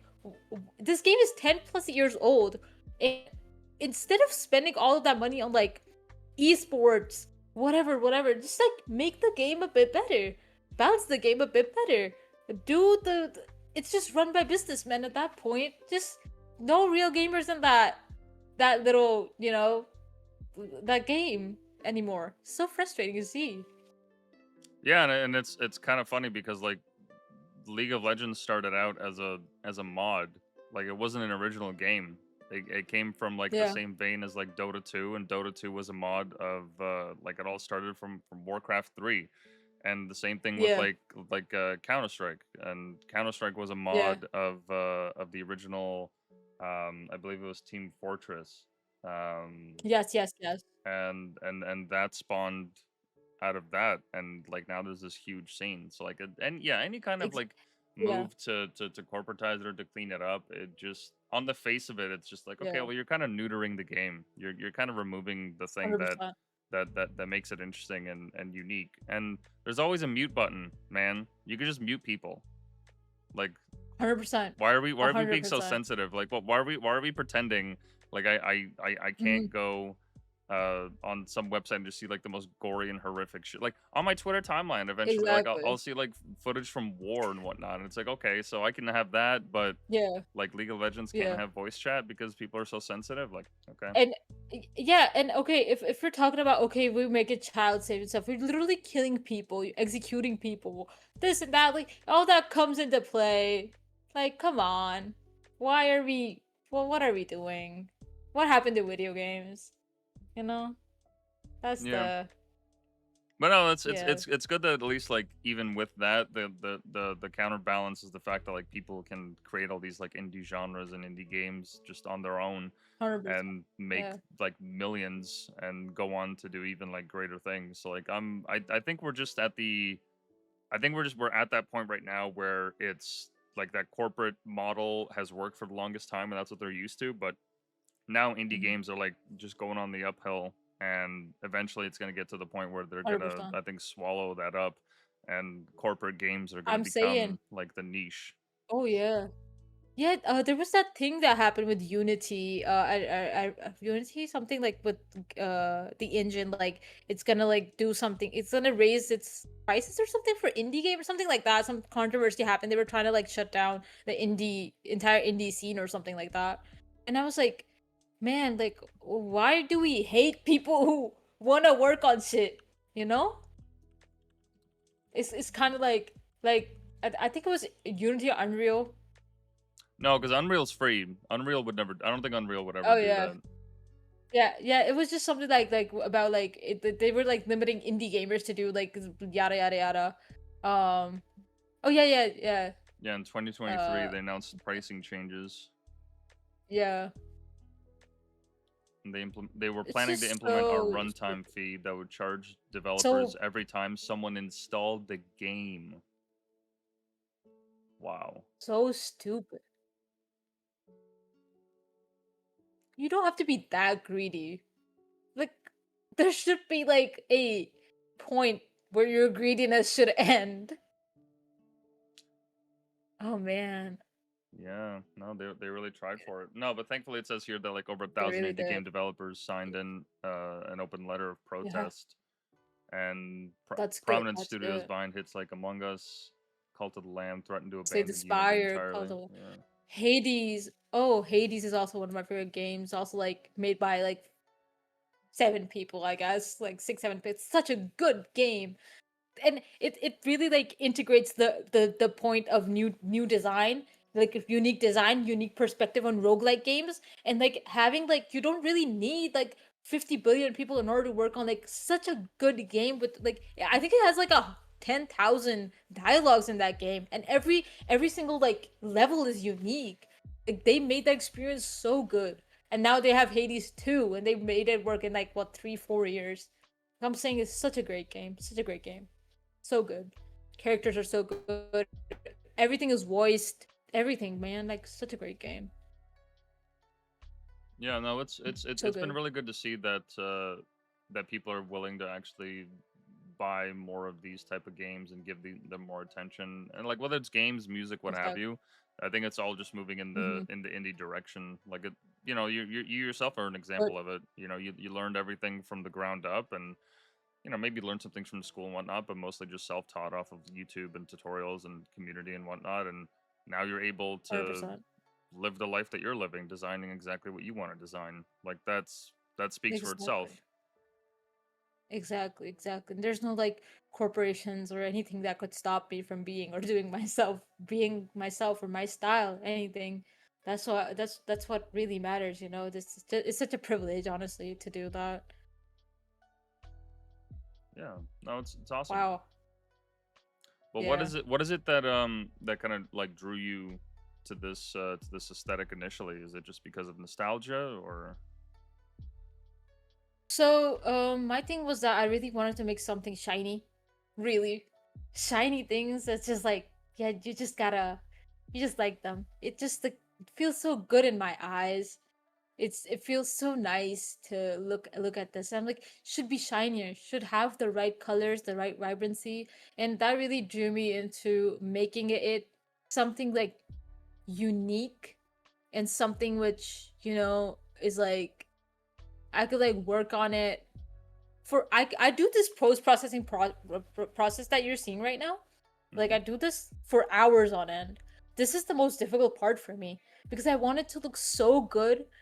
I want it to like I want the last art that I made better than the last art that I made. So that's what I really like to incorporate into whatever I make new. I want it to be and nowadays I'm like into the airbrush aesthetic. Um and you see me doing the airbrush thing with my 3D art. So that's also why I really want it to be like shiny, airbrushy 90s, 80s vintage art style kind of. So Hmm. that's what I really go for. Gotcha, gotcha. I see. And yeah, it does look like I mean, there's so many options to go with here. There's so much that you can play around with. So much. Yeah, I think it's kind of like video editing and stuff. Like you have like so many I think effects and stuff if you're working with that. You can do that. You could like change the background color. The you can add more elements, more. Like it never ends. It's a never ending process. You can make it more better. Yeah. And I love Ghostface. are you at all like in the NFT space or the crypto space? Not at all. No, I literally discard. I think that my thoughts on NFTs and crypto is just like I I I I think it affects the not even the environment, and it affects people who are like me, you know, in more, I guess, more poor areas of the world. I see the effects of all of this tech that's happening, all of the crypto mining and stuff, like the waste that you have. And it's not just that, but it's also like I saw people like the NFT boom back in like COVID. I saw people like just creating slop, bro. That shit ain't art. Yeah, like I'm not bored gonna apes say and that's art, and monkeys. nobody Yeah. so bad, bro. Such a it's like the Labubu hype, kind of, but Mm. worse, 10 times. And also the environment factor. I could go on and on about that, and I could go on and on. Really, like the environment, the community, the and the toxicity, and I. It's just that I never really wanted to be a part of something that I don't believe in. Okay, yeah, the money. Oh, the people were like, the money is so good. I got offered 10,000 or something for an NFT icon project, and I Oh was like, I'm wow. not gonna take it. I didn't take it. I didn't. I think it was 10,000. I got offered 5,000 as well, 3,000, all of that. I didn't take it. Why? I didn't believe in that vision. That is not me. Why should I sell slop to people? Why should I make something which doesn't like align with my morals? You know. So it's just I'm just like I get it. People are like they need money. They like the crypto space. They understand it, but it's not for me, honestly. Yeah, no, fair enough, fair enough. I mean, now there's quite a few artists that are like genuinely like actually like making art, where 100%. I see that. they just want to have like a second stream of income, like if they're just not getting commissions or what have you, that allows them 100%. to monetize that. Like one of the people that I interviewed recently goes by the name of Stuzer, who makes That's amazing. these really cool Amazing. like So world cool. building things. Like That's I what don't I'm even. talking about. This is real art. This is real art. And the thing is that these real artists, they get like they're not as popular in the community, crypto community. The crypto community would go for fucking icons made by dog, I don't know, like monkeys and like stuff. It's so crazy. Like Hmm. this is like real art. This is so cool. This is like Dune, bro. So cool. Yeah, it looks like it, and So cool. he does the like the visuals for like some like artists, because nowadays like when you go to a concert they have like all these giant LED panels, so he'll do like 100%. visuals for them as well. Good, good. That's great. I want to do that one day. I feel like I can. These are really good. These inspire me to do so much. It's so inspiring. Such a good art form. I love the God rays. So good. Wow. Yeah, User. It's a good. I'm gonna follow them. yeah. I'll send you his Twitter there. Yeah. And there's also a lady that we interviewed that goes by the name of Baku. Hmm. She has a gallery that she manages Ooh. with her partner in Montreal, where what they do is they have a digital gallery and they help Mhm. artists host their pieces there. Every week they got new Mhm. people and they have all these different exhibitions, and some of them are like moving, some of them are more still. Um, Okay. and they have, I mean, just about every style like you can think of. One of my Pretty cool. favorites It's pretty. has been Minotaur Man, who is actually like I think he's a So good. That classically is so good. I think he's a classically Yeah, trained that's so good. painter. He actually has Huh? an exhibition in Buckingham Palace right now, I think. Wow. That's so cool. So cool. Yeah, so these are digital, but he has done like physical pieces like this as well in a very like not like, yeah, I guess like photorealistic. That would be the one way to put it.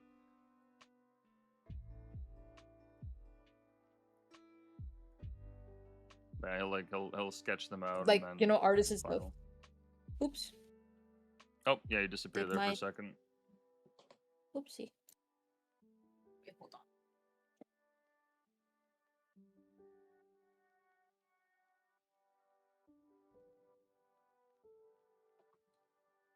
Oh, bear with us for a second, guys.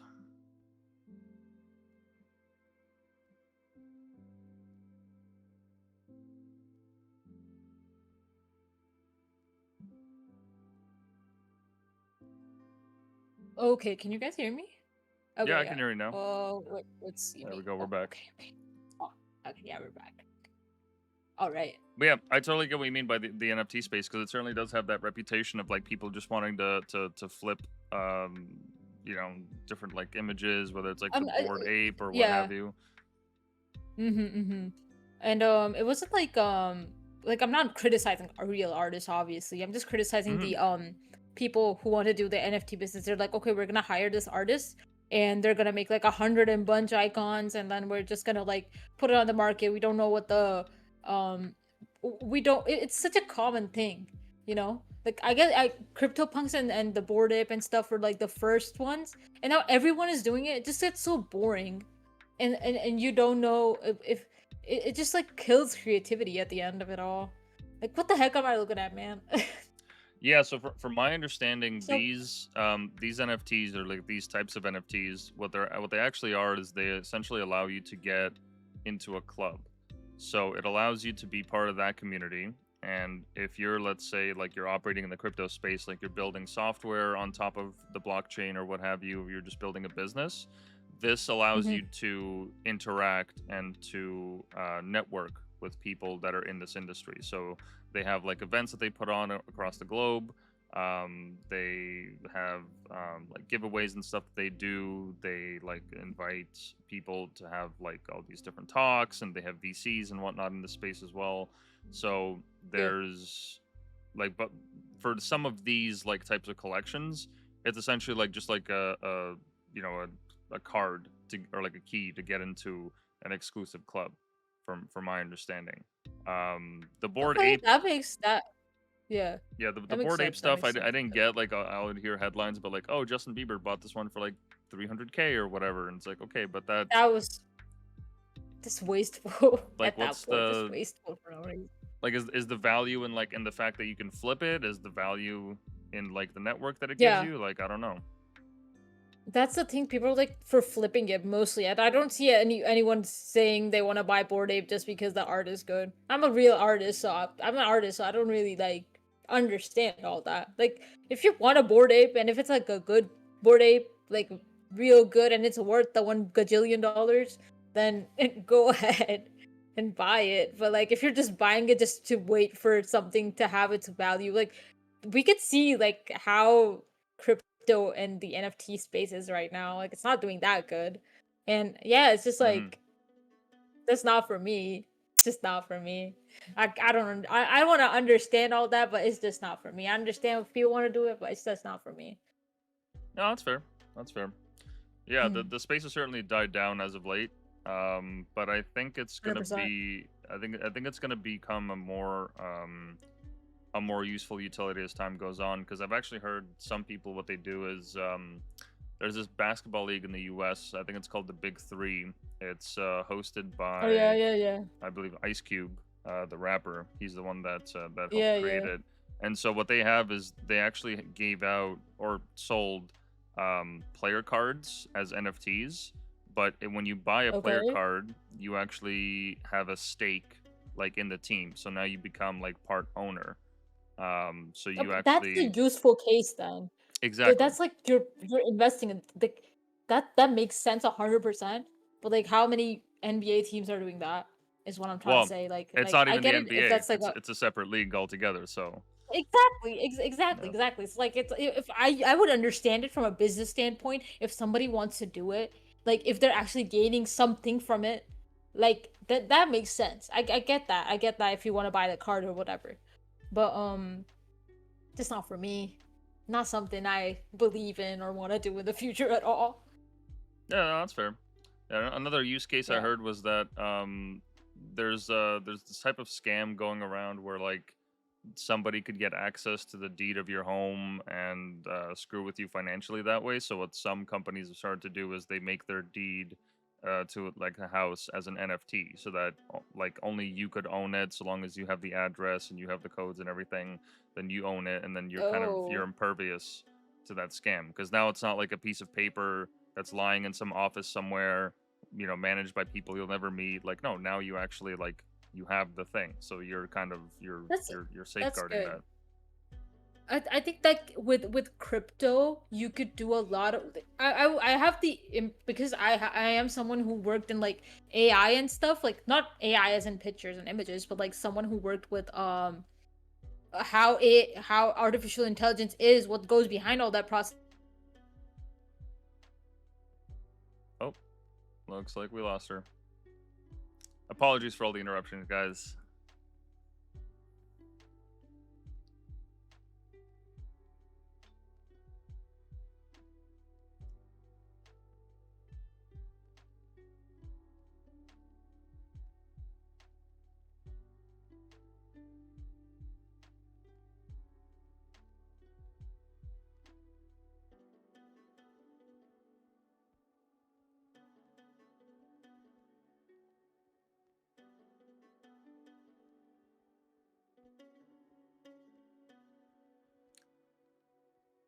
Be right back, guys.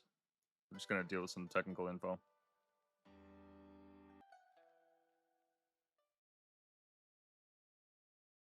Oh, okay, and we're back. Yeah, sorry, my internet disconnected. But No, it's all good. You as were I was saying you worked saying, in the AI space. yeah, I worked behind my projects and stuff. They were like made with artificial intelligence in mind, and we actually learned about the useful use cases of both AI and crypto. Like as you're mentioning about the deed and everything else, like Mm-hmm. in AI as well, you could do a lot in the medical and health field rather than using generative AI to write an essay or like just do things that don't really like don't really how can I word this, don't really improve you as a human being, your learning capabilities and stuff. I understand the automation of the processes, but I don't understand why you're using gen AI or gen video or whatever the hell for absolute nonsensical things. I get like even crypto is such a safe way. I understand the safety protocols, everything else 100%. I understand all of that. I don't just really support the useless use cases of it, stuff that isn't going to make our humanity better or something like that. Yeah, that's fair. That's fair because there is a lot of like Yeah. just plugging in like AI into every process and hoping that it sticks or hoping that it works. Like every commercial that I see now, it's about, oh, it'll help me Yeah. like book my travel plans, and it's like, well, I don't know if I'd trust an AI to do that first of all, because like I I won't never. would Yeah. never like even with the AI chat. You see in every web page that you go, there is an AI chatbot for anything. I don't think anyone uses that. Realistically, people like if we're looking at like people who are adults, they like adults or like older people of the older generation, they don't know what AI is. They get easily fooled by the images. And my dad, they get fooled by the AI images and the misinformation that is being spread by it. And they don't know how to operate these AI chatbots. They don't know if they're talking even talking to Amazon support. You're like, oh, we need a real person to talk to, bro. I don't want to talk to this chatbot, bro. That's like just like it such a nonsensical use. Like you need humans. You need humans for these tasks. And I get it if you want like data to be sorted out or not even generated. I'm saying like sorted out. You want to like predict some data. That's Mm. okay. For AI, but like for doing like stuff like normal, like searching something up and booking an appointment, you could do it yourself. Much more safer, much better. And drawing, you could do it yourself. Much better. Yeah, and those AI chatbots, I remember there was a post that someone made of like when Ford or whatever car company they first released them on their website. Somebody was Yeah. like, "Oh, can I get an estimated price for this car?" And they eventually like tricked the bot with some kind of prompting to sell it for like a penny. And I was like, "Man, I mean, I don't know if this is grounds See? for a lawsuit or what, but I mean, Exactly. someone Oh, might be curious enough to do that." yeah. Yeah. Exactly. Like I with the new Grok thing, people were like, "Oh, she's the The little anime waifu, person that yeah. they have." Yeah, I don't even want to like expand on that, but like the training it to just be weird and isn't that just insane? Kind of like so dystopian and weird. Yeah, I don't know Just much an about it. insane, insane. All I know is that it's like now you can talk to it. It's kind of the same way how like OpenAI for Yeah, like a hot second there yeah, they had like Scarlett Johansson or whatever as the exactly. Oh voice. my god. Um yeah, it gets Yeah. tricky when you're talking about like something that you can have a quote unquote like relationship with. I Oh know for a yeah. fact There's been cases. there's people that like There's have set up models specifically so that they can talk to their fans with AI. There's oh this one man. creator on Twitch, like she just got tired of like people making like AI porn of her. So she's like, screw it, I'm gonna beat them to the punch. I'm gonna pay this company to be trained on like all my videos and everything that I do. So now you can just like generate images of me, and now like you can do it by paying me instead. Oh boy. That is a lot to take in. That is so dystopian and weird. And man. So I know people who like had a parasocial really I think there was an article that came out the kid who had a parasocial relationship with ChatGPT or something, Mm-hmm. and then he offed himself Yep. because he was so depressed and he was in love with whatever like, and it's just so insane. And there was this one case of Google Gemini just telling the users to kill themselves. Like, come on, Yeah, that's or like to leave their isn't that wife or real? whatever. Yeah. Oh man, that is you can't. People are actually going to these AI bots for therapy. Like they would do like it's not gonna work. It's you can convince AI that you are right, and you would be like the shittiest person on earth. And be like, yes, you're so right, Abel, or you're so right. It's so insane. Yeah, it's no, it's definitely dangerous. Like whenever you invite that into your life, like I remember there was an article that came out not too long ago that basically they analyzed different parts Yeah. of the brain when you're using generative AI, but just like text, like you're just talking to ChatGPT or whatever, and they saw that like certain Mm, parts of the brain that would usually be on for critical thinking are actually shut off because you're just asking the thing to explain it to you. And yeah. I do find myself like on occasion like asking it a Yeah. question that I'm like, wait, no. I can Google this. I can do the research myself. I don't need to When you I Google don't need to something, outsource even this. when you Google something, even now, it's just Google AI is so shitty. Like That too. bad information, so bad, so like so weird.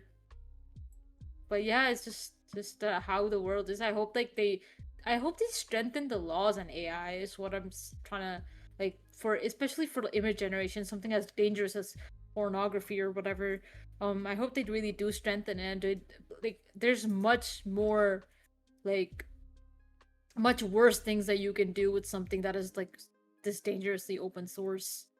And yeah, it's just, yeah, it's bad. Well, there was that one incident. I think it was a Halloween parade in Dublin. I think it was. Yeah, yeah. Oh. So this was a story where on Halloween, so there was like some kind of TikTok account that, or some like Instagram reel account that essentially was like automated, and it would take Uh-huh. news stories or information just on the ether, and they would just make these short clips like, oh, breaking news, like this is Oh. happening, breaking news, this is happening. There's tons of those channels, and one of those channels Mhm. said something about a parade that was going to happen in Halloween in Dublin. Oh man. And it turns out that the whole thing was a hallucination. So like the AI just completely made it up. Next thing you know, Mhm. content creators being what they are, they're just trying to hop on trends, you know, get the clicks and all that.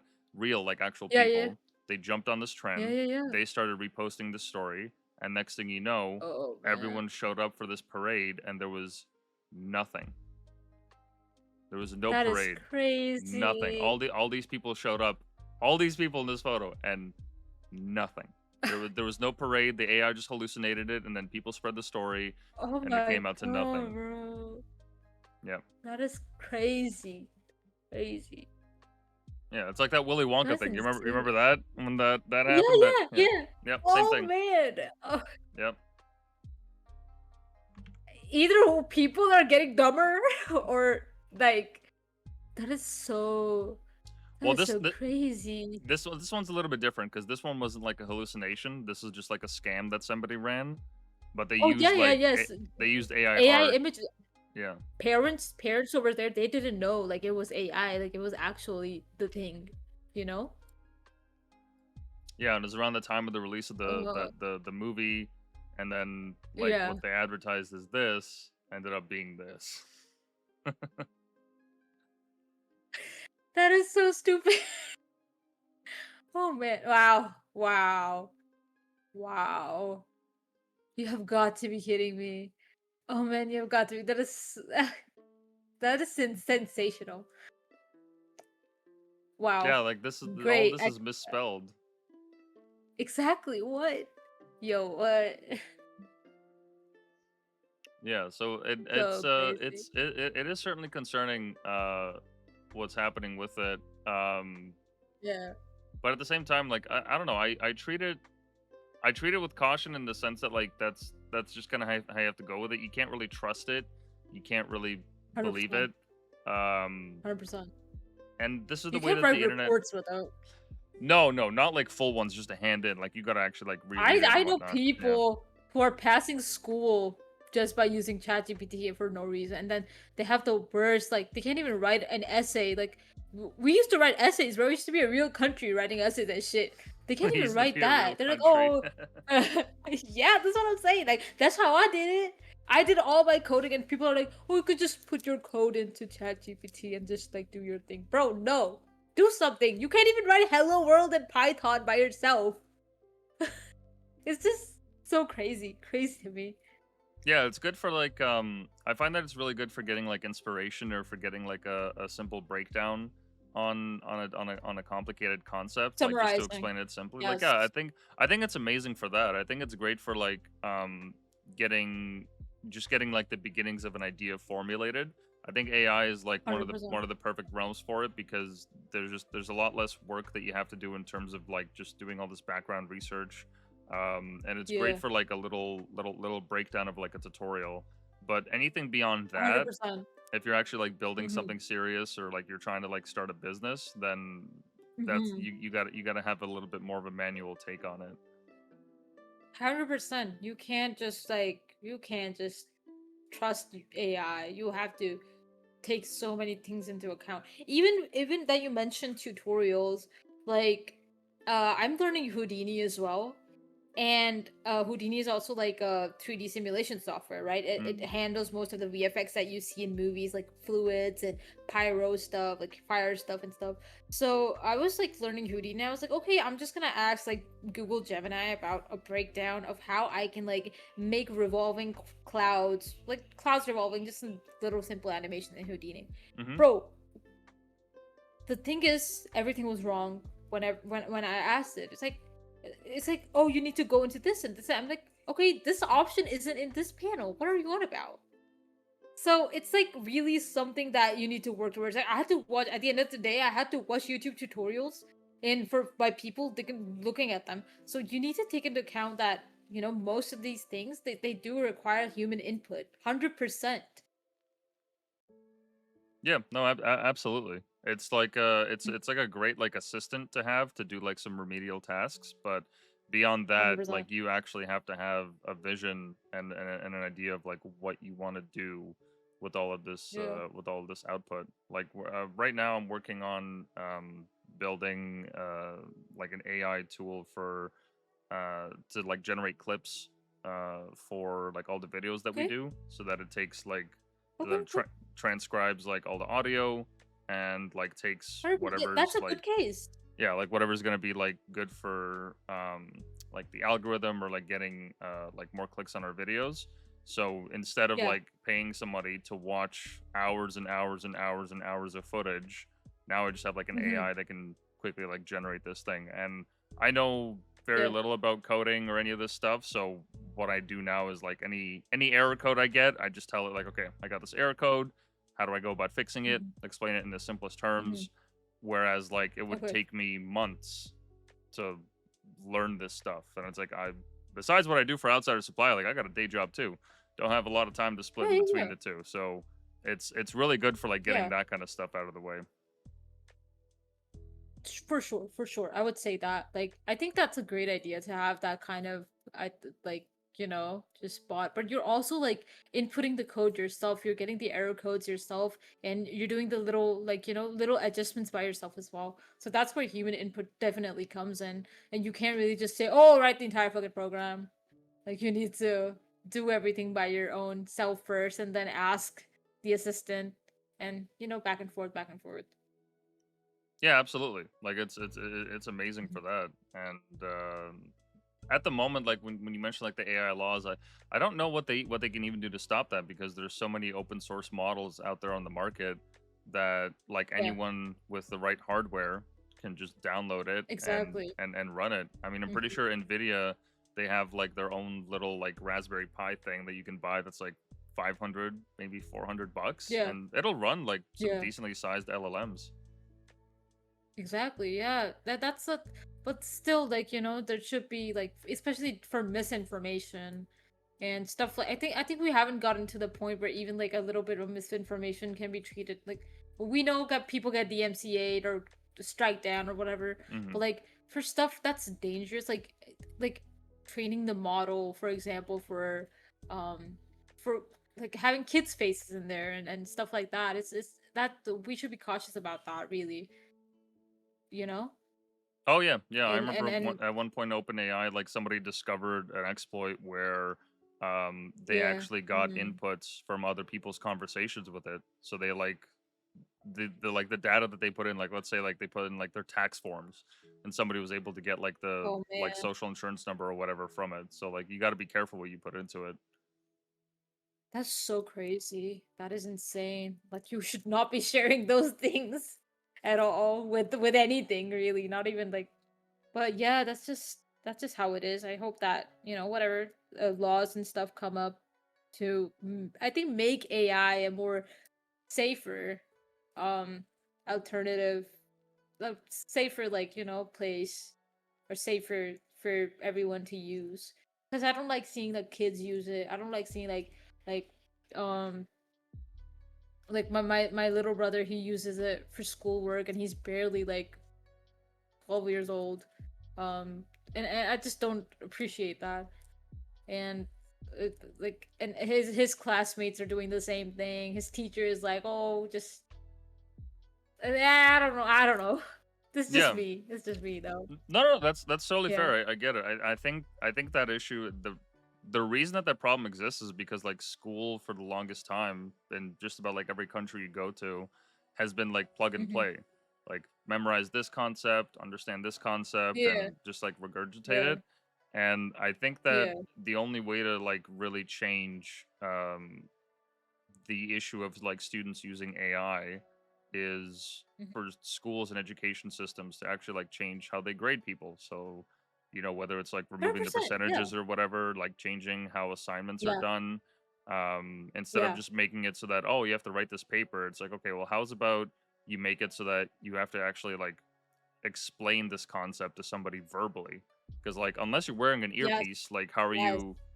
you actually going to understand it? And Exactly. like you said, like the Exactly. from your own experience, you mentioned with your Patreon page that like the best way to really prove if you know something is explain a concept to somebody that knows nothing about it. So now you actually have to like 100%. understand, okay, how do I contextualize this information in a way that's easy to understand? Like I Exactly. know it the way I know it, but this person doesn't know anything, Mhm. and I have to explain it in the simplest terms possible. Like that's one of the easiest ways Exactly. to find out if you know a concept. Like I know y equals mx plus b, but can I explain it? Exactly. To someone? Like, can I? Exactly. Exactly. Exactly. That's what I was also thinking and conversating about with my friends the other day, and we were like, how can we like fix that the grading system and the grade point averages and stuff, and this came into like we need to start uh telling students that okay, we don't need timed exams. We don't need like a day to learn about. We don't need pop quizzes. We Hmm. need to understand the concepts. We need to understand what we are writing, what we are doing. Why do we write "Hello World" the first thing that we learn in coding? Why are we learning this language? Like instead of just diving in, like we need to understand all that. And I guess that you know there's a lot of improvements to be done in the education system, but I hope that seeing this new generation with the AI boom and everything, I hope that they realize they need to change things up a bit, because even now when you write an essay and you if even if you write it by hand, if you feed it into the is this AI or not thingy, the thing that's like Yeah, detects yeah, yeah, AI, it would still be like okay, AI wrote this even though I wrote the entire thing by myself. It's yeah. It's a just going to be false like AI positive. because Yeah. because it's a generative like AI is generative. It learns. If I write a sentence structure, I don't know what the database has. I'm just writing a sentence, and that sentence could have been said a billion times using AI. Hmm. And that's the thing also about like the AI checkers and stuff. That's also like harmful. Like, oh, I have to write the paper again now, just to get like again. I already wrote it by myself. Why is the AI and you can't even make it believable anymore? Like, there's no like Hmm. it should be like it should have never been open source in the first place. But that's the thing, like how can we get rid of that false positive? How can we get rid of the okay if we have a professional in the field, medical professional, engineering professional, and they pass school using AI in their essays and stuff, how can I trust this person? How can I trust in a professional? Professionals should Hmm. know everything about their field, right? So there should be tests put into place about that. There should be like essays, I don't think, but like just practically like seeing what we can do and how we can limit that usage of AI and how we can limit like how can we distinguish professionals? Oh shit, I've been cut off again. No, you're good. You're Oh good. no, I'm fine. Oh, you're good. Oh, so how can we distinguish professionals? How can we like how can we trust these people if you wrote you saw that one, I think the guy graduating and he had like his laptop up when he was showing, oh, I got Chat GPT to pass all of my classes.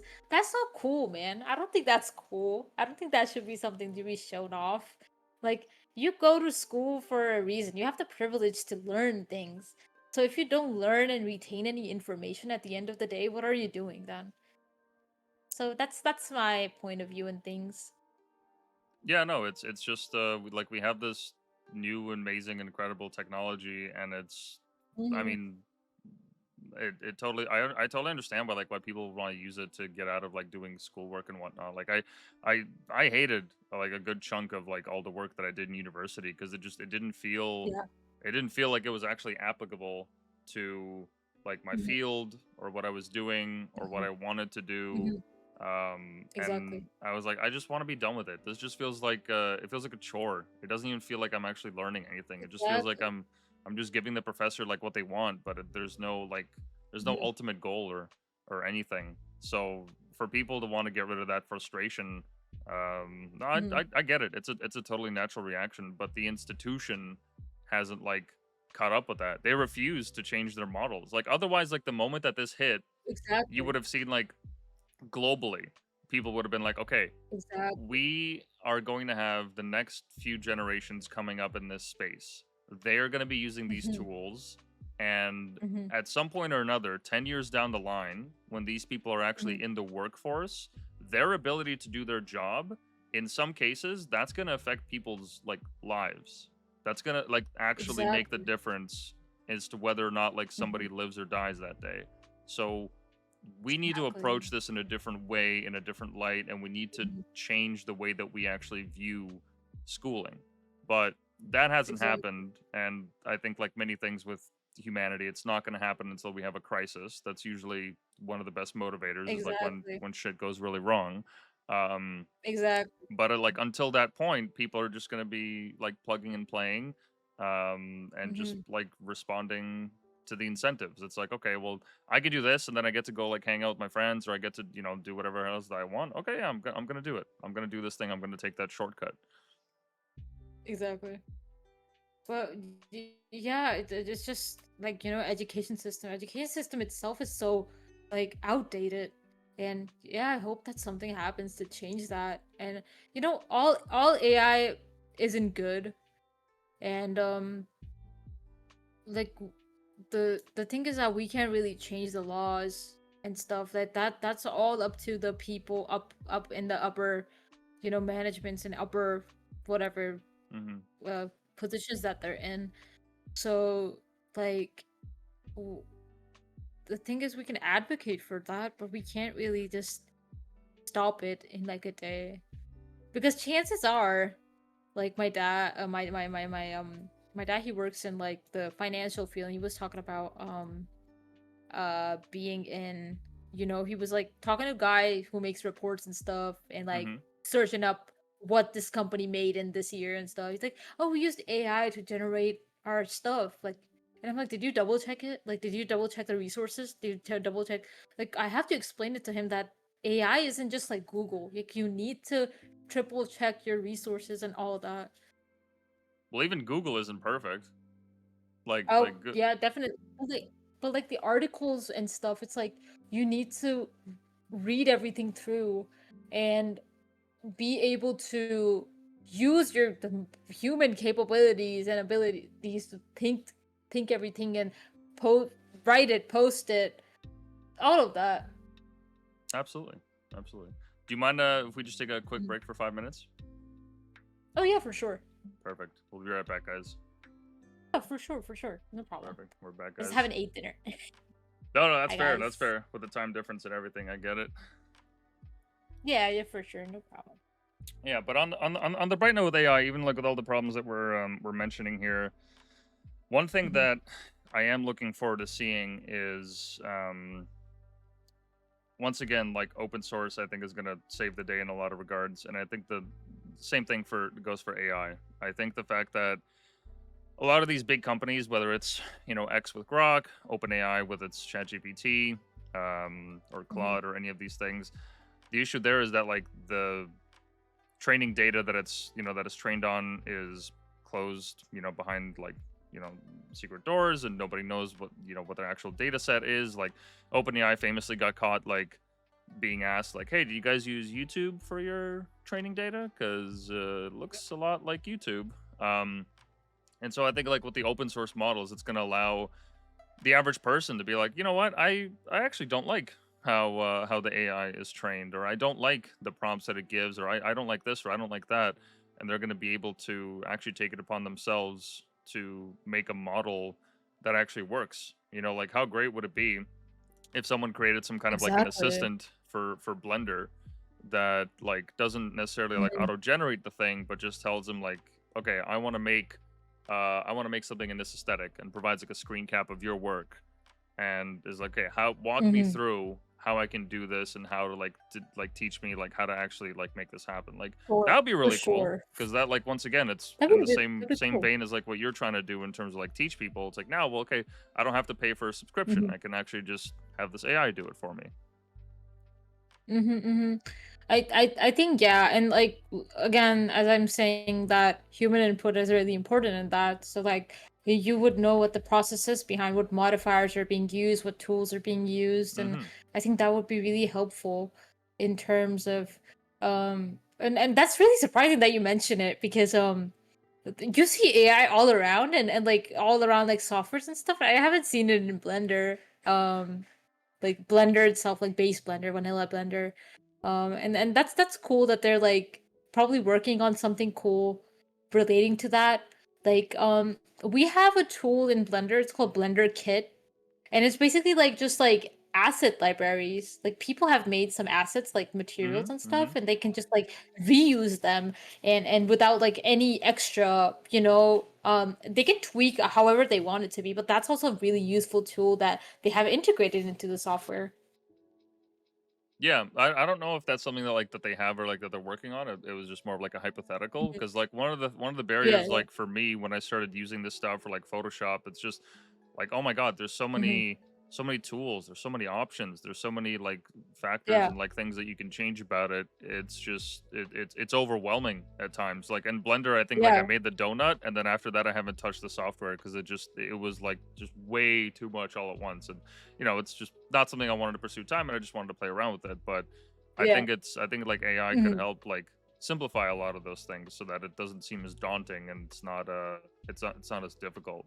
Like I'll find myself like Googling For sure. tutorials and whatnot for like Photoshop or some edits that I need to make, but it's never Mhm. quite like exactly what The I thing. need. Exactly. So it'd be cool if it Yeah. could like if it could Yeah. take like what you're working on and be like, okay, I want the foreground to like be more faded, or I want Yeah. this element to be more shiny, or I want this and that, and just be a little bit more specific with that. I think it would help get a lot more people into the space.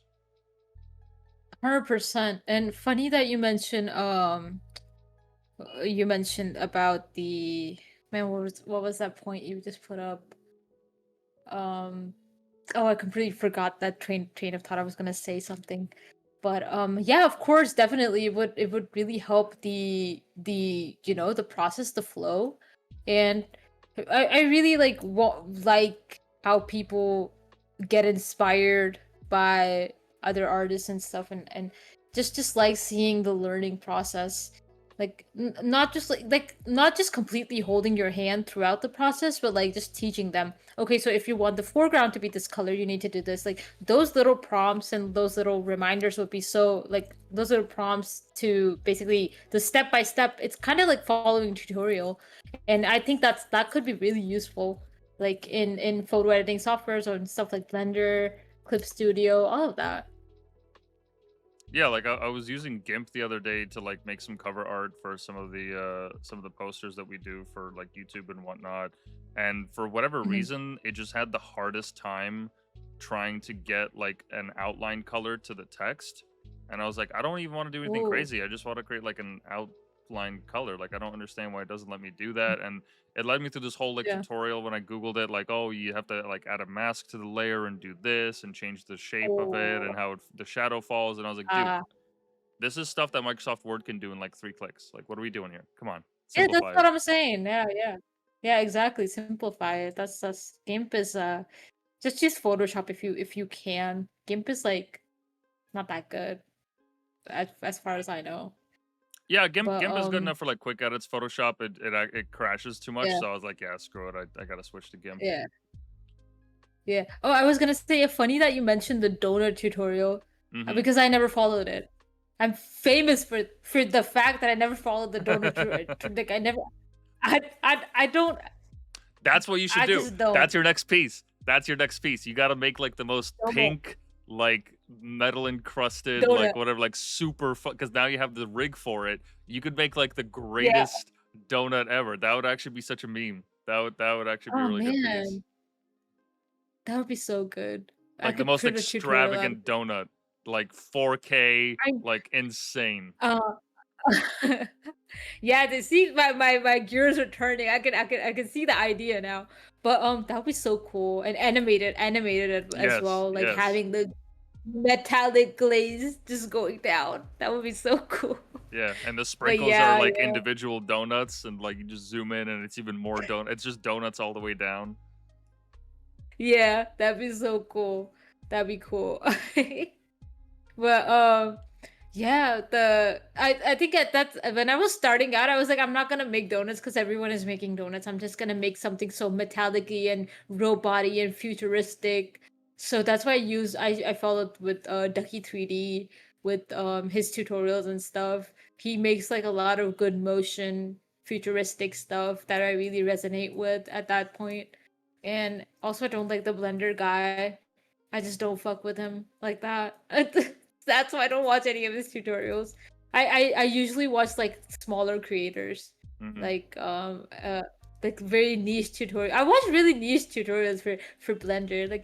I've made a list of how I self-taught myself 3D art, and it's like just niche people in the community. Like no one knows about. They barely have like 100, like barely have 500 subscribers, but their content is just like so good. Right on. That's awesome. Well, listen, Yeah. I won't keep you any longer because I know you gotta head out. Thank you Yeah. for coming on. I really appreciate you making the time. I had a lot of fun today talking about this stuff. Oh, for sure. I had a really good time, and thank you so much for like inviting me and talking to me, you know? I'm so sorry I had to cut it short like that. No, no, it's all good. Yeah, no, it was really cool to hear a story from someone that like started from the bottom and was able to kind of make Oh their yeah. way through it. So in For terms of sure. socials, people can find most of your stuff on babyfiend.net. Yeah, or like Twitter or just like Instagram. Yeah, at fiend underscore underscore underscore. Perfect. Was there anything Yeah. else you wanted to say or shout out before we close up here? Uh sh- Shout out Blender. Shout out oh yeah, I'm looking for full-time opportunities if anyone has, you know, any opportunities for me working as a 3D artist, a 3D generalist, or a creative director, that'd be great. And yeah, I shout out the color pink, bro. Saved my life. Shout out to Pink. Shout Yeah, shout out to Outsider Supply for giving me the opportunity to talk with you with everyone.